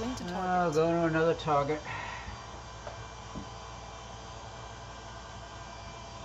Another meridian flip.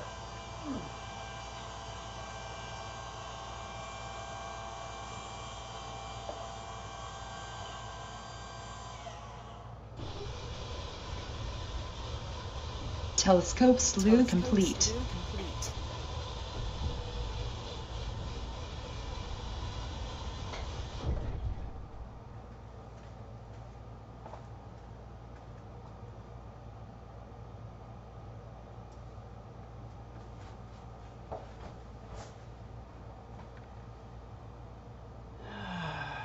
Let's start the live stacking. And this is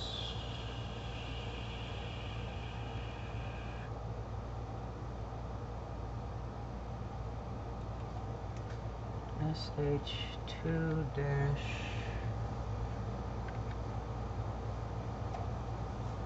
come on.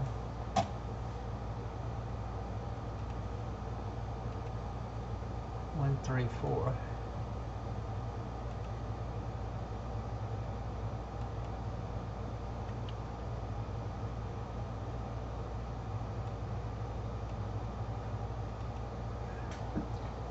What is it supposed to look like?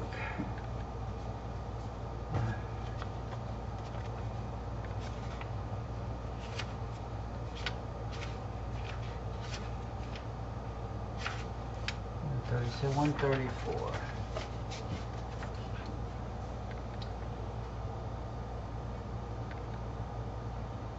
Let's see, this is an H2 region associated with an expanding bubble surrounding Cephas OB2.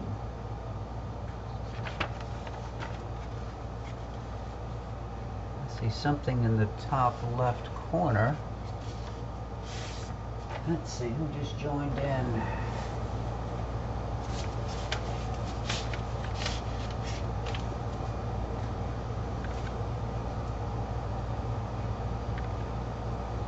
Bright star.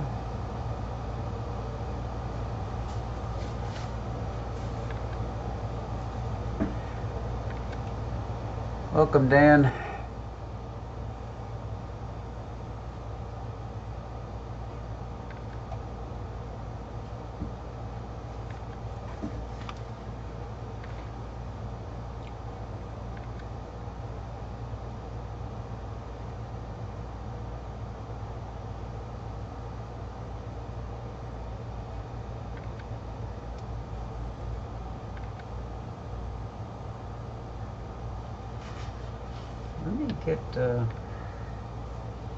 Let me get this in SkyTools 4.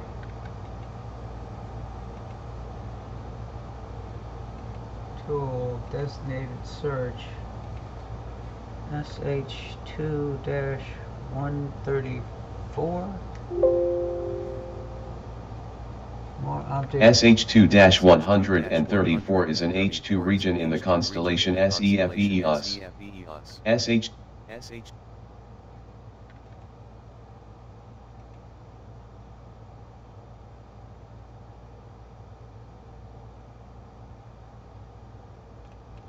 So let me get a DSS image.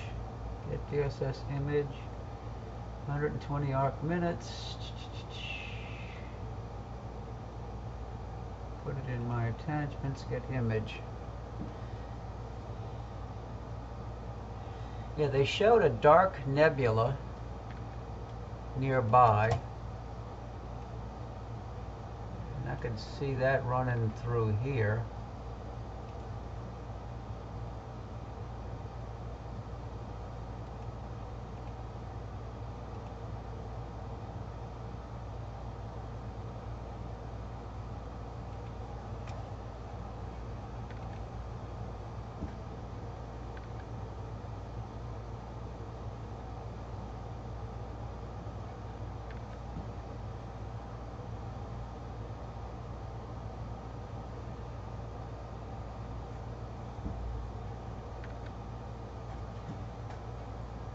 Sure doesn't look like the picture I downloaded from the internet.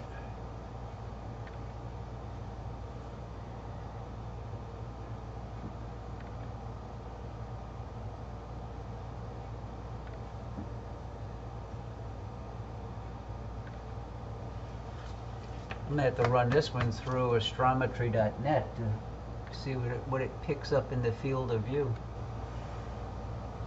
But there's a...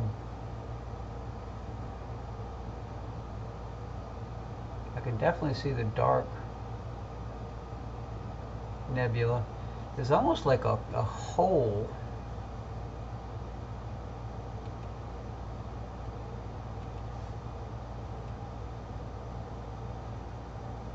in the dark nebula, and then it kind of runs over here.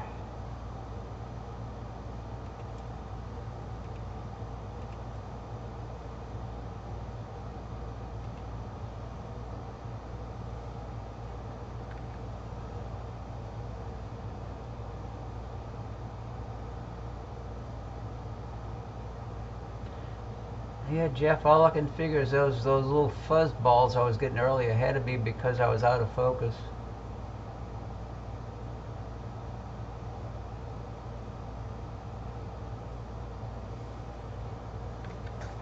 Because it's looking good now when I zoom in.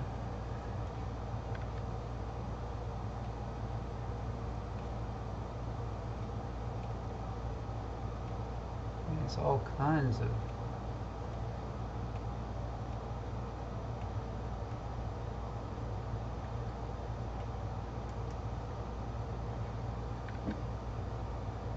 Yeah, just a slight bit of difference. That's all it takes. So these are 20. So this is a total of 5 minutes. Additive stacking. That's an interesting nebula in the top left.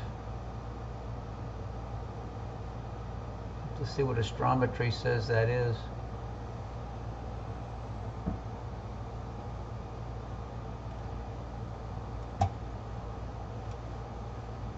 That's SH. I'll get the cursor over there. So SH135. Let's get a DSS image, a smaller DSS image. Maybe one that's about 45 arc minutes in size.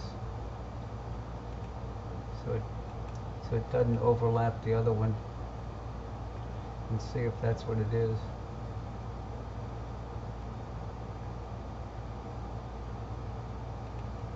That's what it is, SH2-135.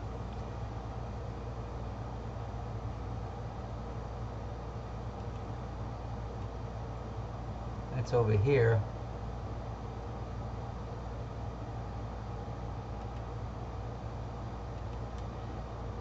This is SH2-135. That little butterfly shaped.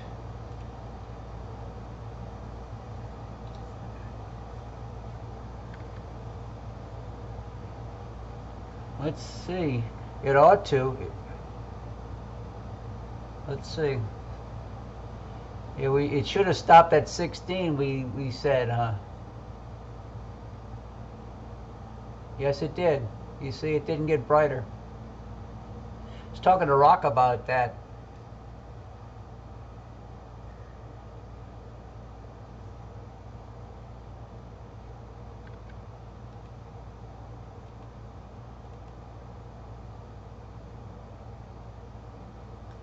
That's a nice target.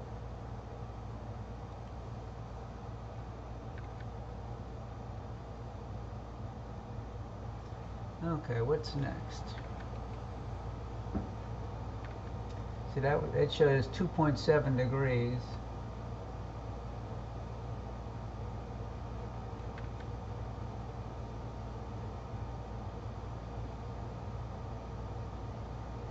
SH.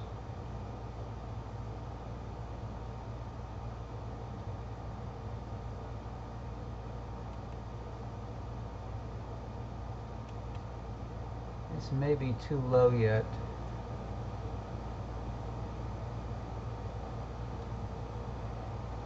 What is its number? IC 360. Let me go to the other sky tools. IC 360. It's in Taurus. I agree. Yeah, if you want to stop the brightness, you could. If this was too bright, you could go down to put 10 or 12 or something, lower in the box. IC 360 is a likely H2 region in the constellation Taurus. IC. Okay. See if I can call up an image. Get a DSS image. Get one that's, say, 2 degrees across.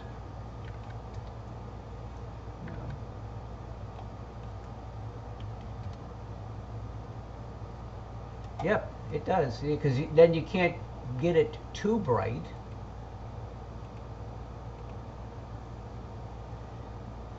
This is in Taurus, and it's 22 degrees up.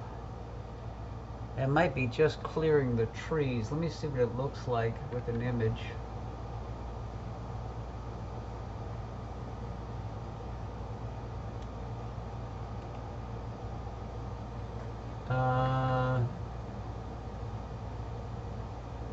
That doesn't look like much at all. I don't think it's worth looking for that sucker. I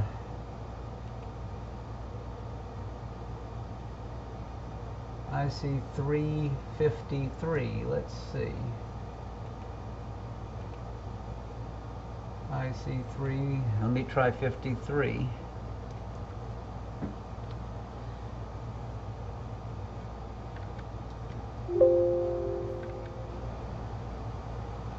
IC 353 is a likely H2 region in the constellation Taurus. Okay.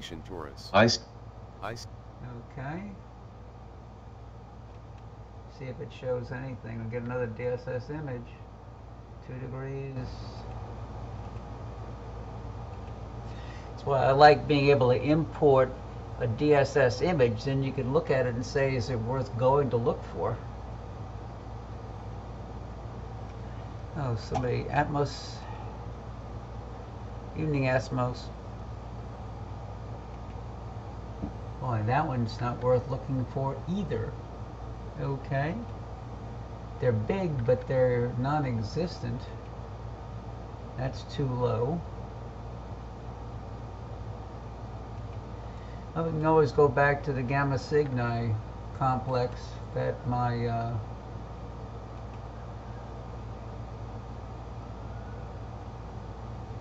oh no.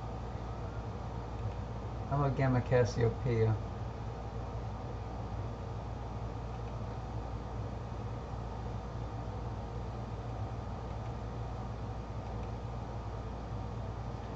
That's too, Flaming Star's too low.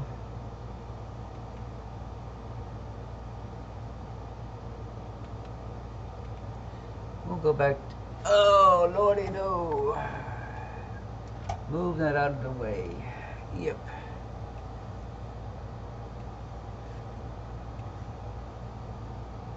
How do you tell a program which window to open up on? Telescope slew into target.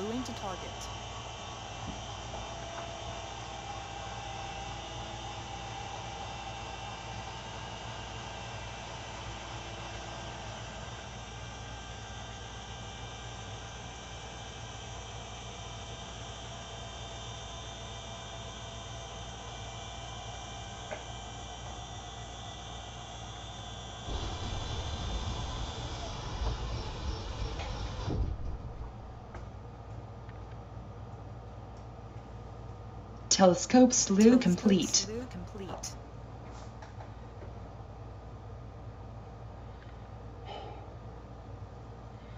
It always, the Interactive Atlas for SkyTools 3 always wants to open on the big wide Dell monitor, even if I have SkyTools on the other monitor.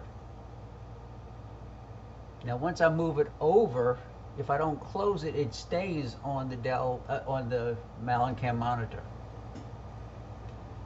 Go figure. Live stacking. We're going for the Ghost of Cassiopeia.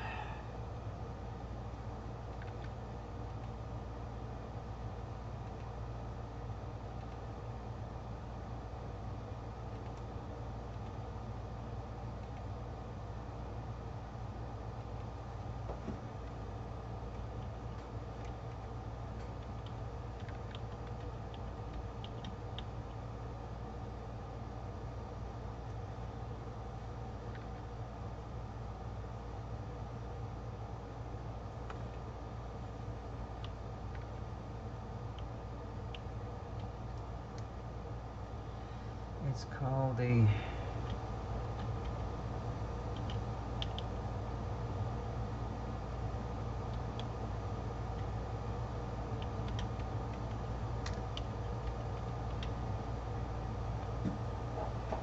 see the ghost already.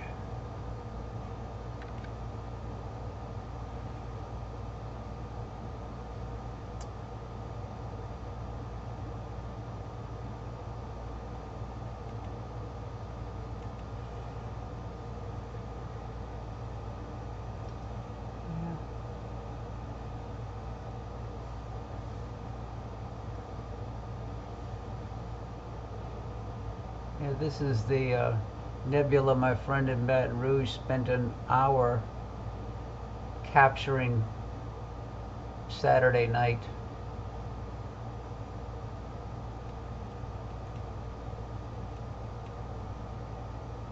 And he didn't really get the nebula above it. He only got the little he got this part, but he really didn't get much of this at all.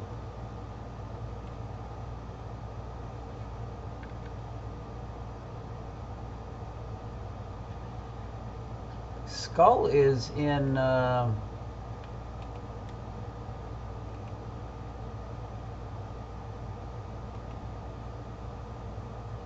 forget what camera he was using. It wasn't a Allen cam.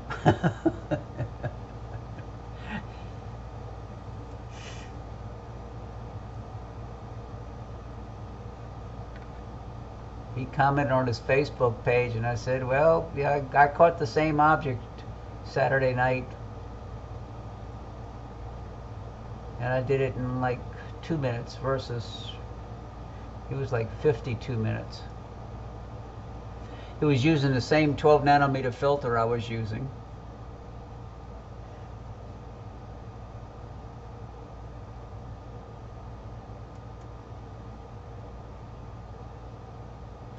Where is the skull? The skull is... That's down in Corvus, or...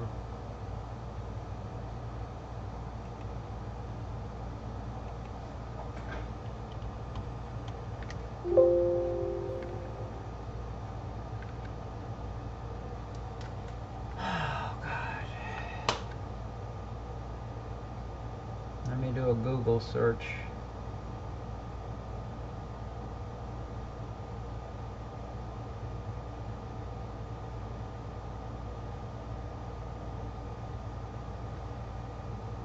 NGC 246, Cetus the whale. NGC 246. Let me see. Is it up from here?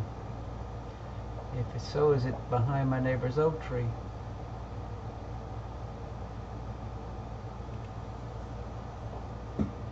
NGC 246.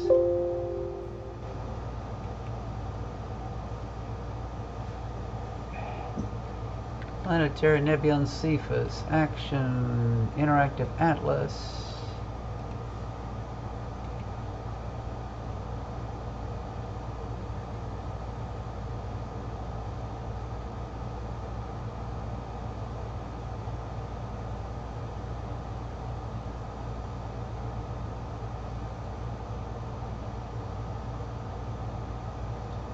How low is it right now?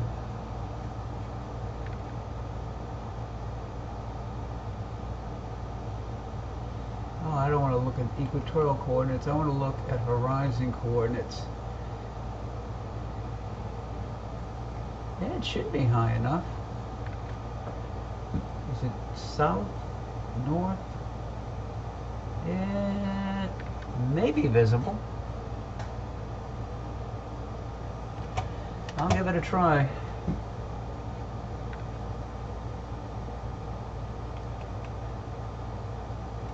Telescope slew into target. It's almost due south.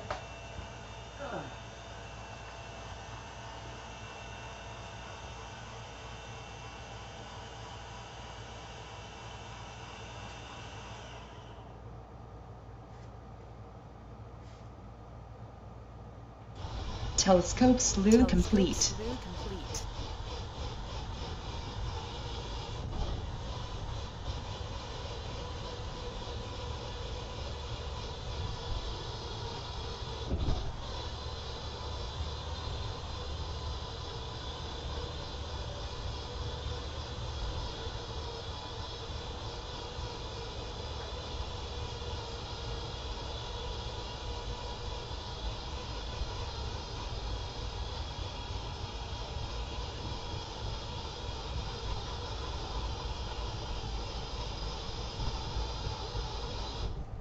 Yeah, it's probably going to be pretty small.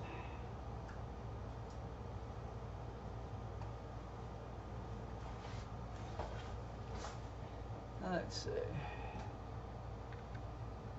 We erased this.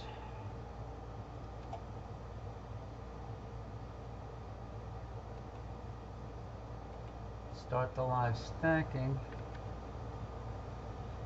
I think I see it. I see something right around here.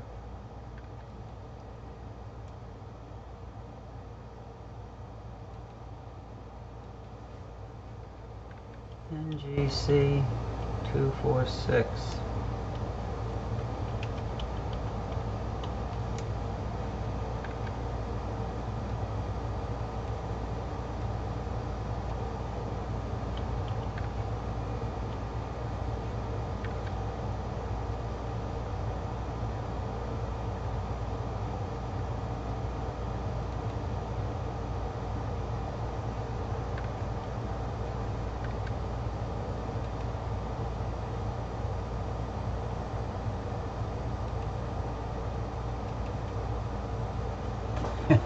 Yeah, I think that's it, Jeff, but it is pretty small.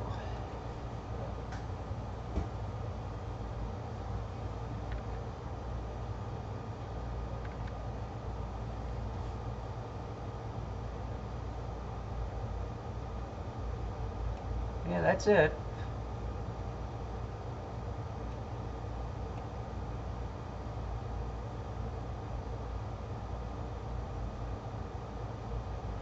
Yeah, you got the stars in it.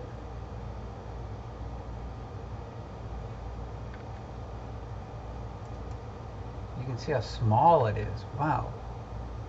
Sky Tools shows some galaxies, but the galaxies are magnitude 15.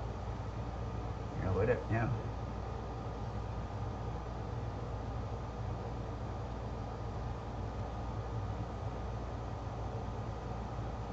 What else is around it?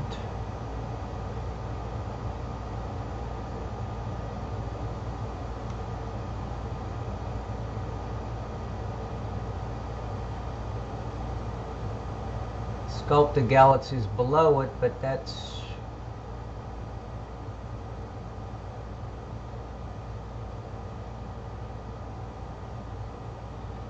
this filter is not a galaxy filter.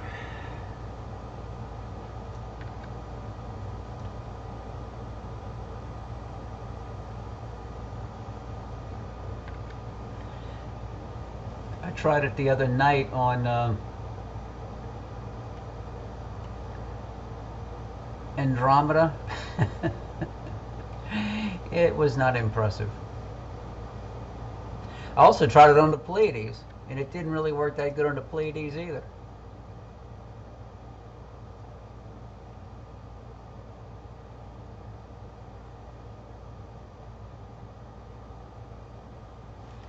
But I may be seeing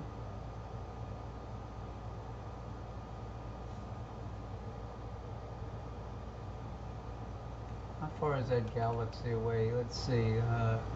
Angular measurement.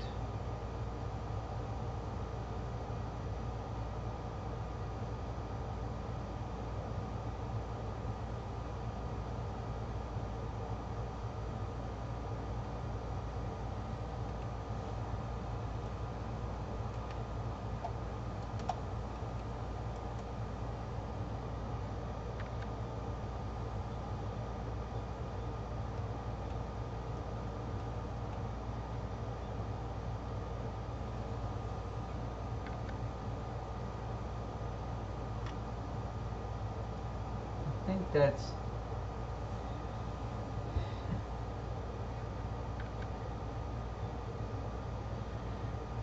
oxygen 3, I think. This little dot right here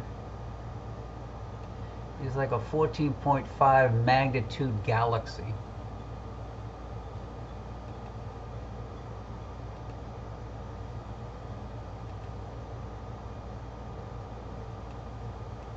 can see a little fuzz.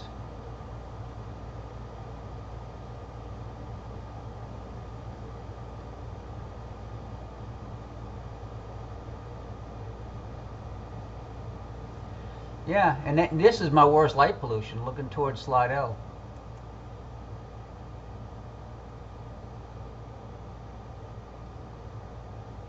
Very interesting. What else do we have? Do we have any of the diffuse nebulae down there? So we're at azimuth 148.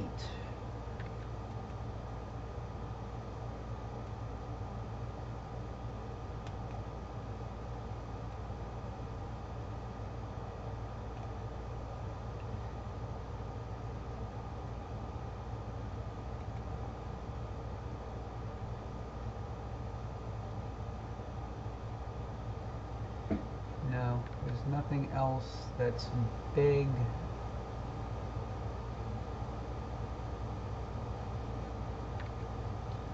I think I've gone through all of the big stuff.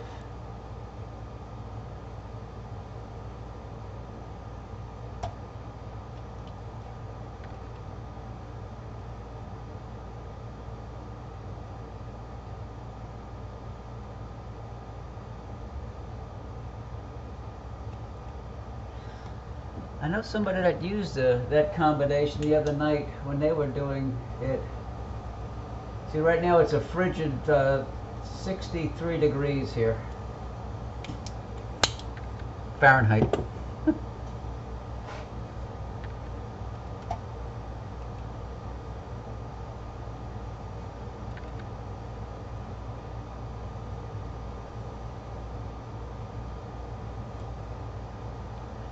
Let's see what else we can look at. Look.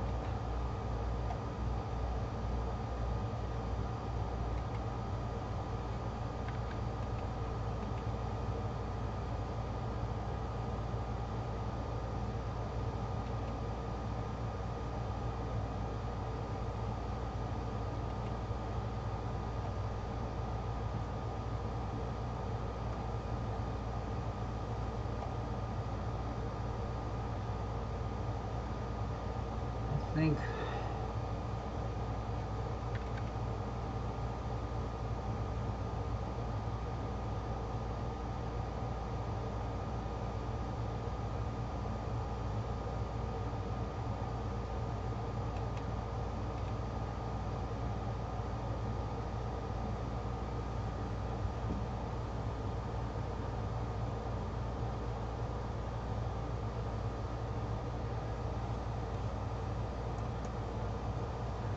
I'm starting to wash out now. Okay.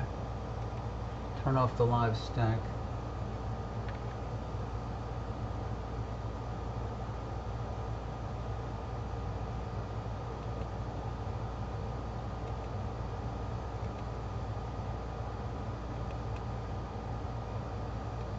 Telescope slewing to target. Let's do something in Perseus, maybe.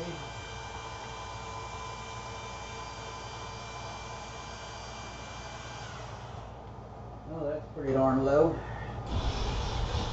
Telescope slew complete.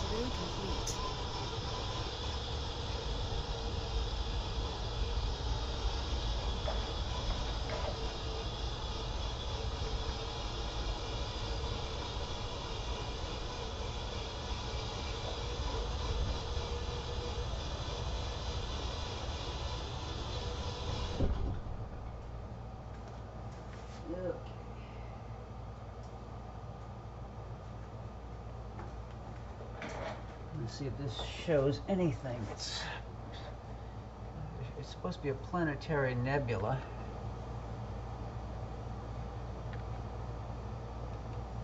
Okay. Sharpless 2-216.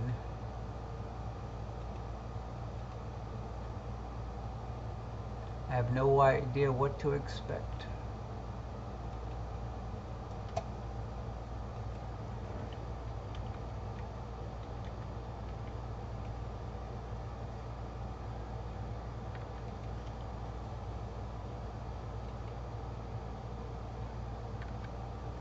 It's 100 minutes of arc, so that's almost 2 degrees.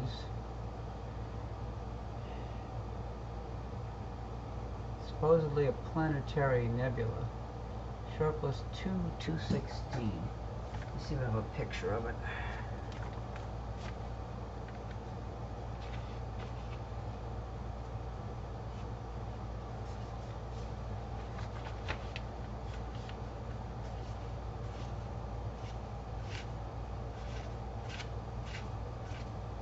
Nope, I didn't.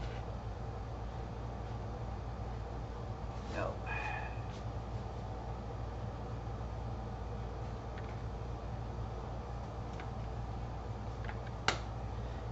This may not be worth looking for. Let me go to the other Sky Tools and call up a DSS image.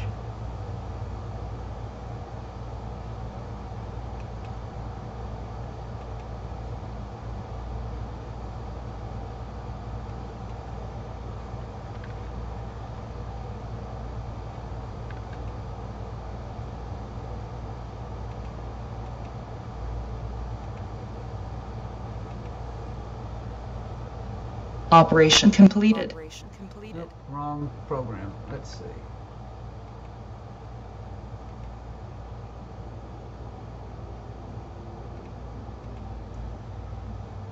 Sharpless SH 2-216. Search. Okay, more information. SH2-216 is an H2 region in the constellation Perseus. SH2- Let me get a DSS image and see if we're wasting our time. 'Cause okay.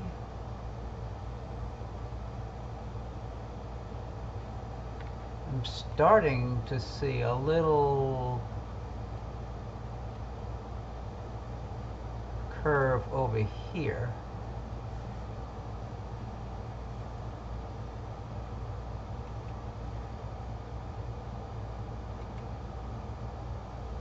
And that's what the DSS image shows.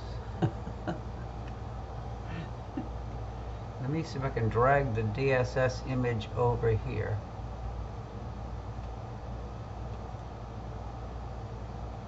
That's the DSS image in Sky Tools.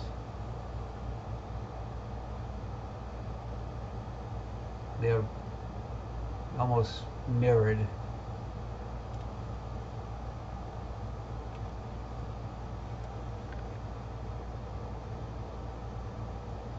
Yeah, it's 100 minutes of arc, which is 1 2/3 degrees.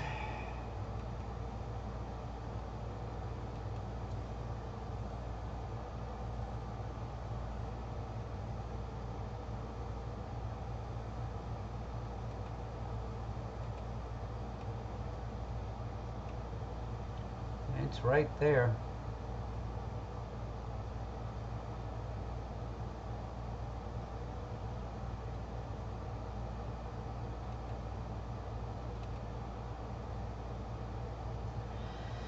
Well, I think this is probably going to be my last target for the night.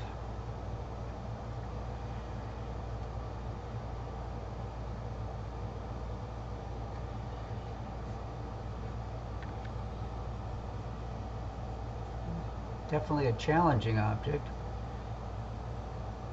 It's not really...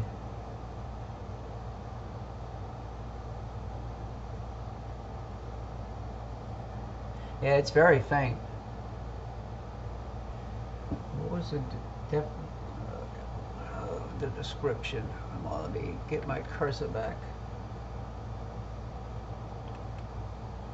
SH2-216 is an H2 region in the constellation Perseus. SH2-216 is located low in the northeastern sky, at an air mass of 2.1. Its magnitude is unknown, with an apparent size of 12 arc-minutes. SH2-216 is also known as LBN 744. 12 arc-minutes? Wait a minute. SkyTools shows it as being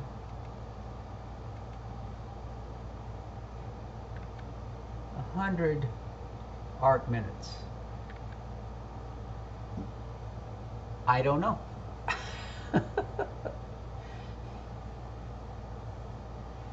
Oh well, guys and gals, I am going to be signing off. I wasn't planning on broadcasting because it was clouds were drifting in at sunset, but luckily it appears that they cleared. Found some new targets tonight that I hadn't seen before, and I'm glad I was able to share them with you. Well, for now, I am signing off. Y'all have a good evening. Goodbye from Southeast Louisiana.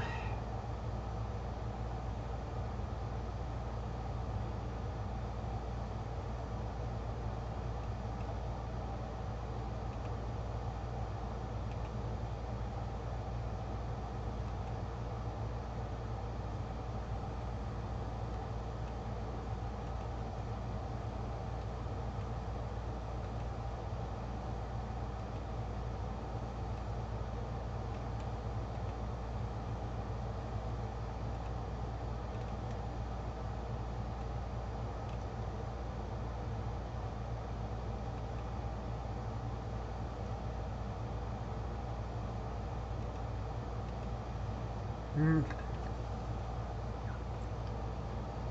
let's get this. Stop the recording.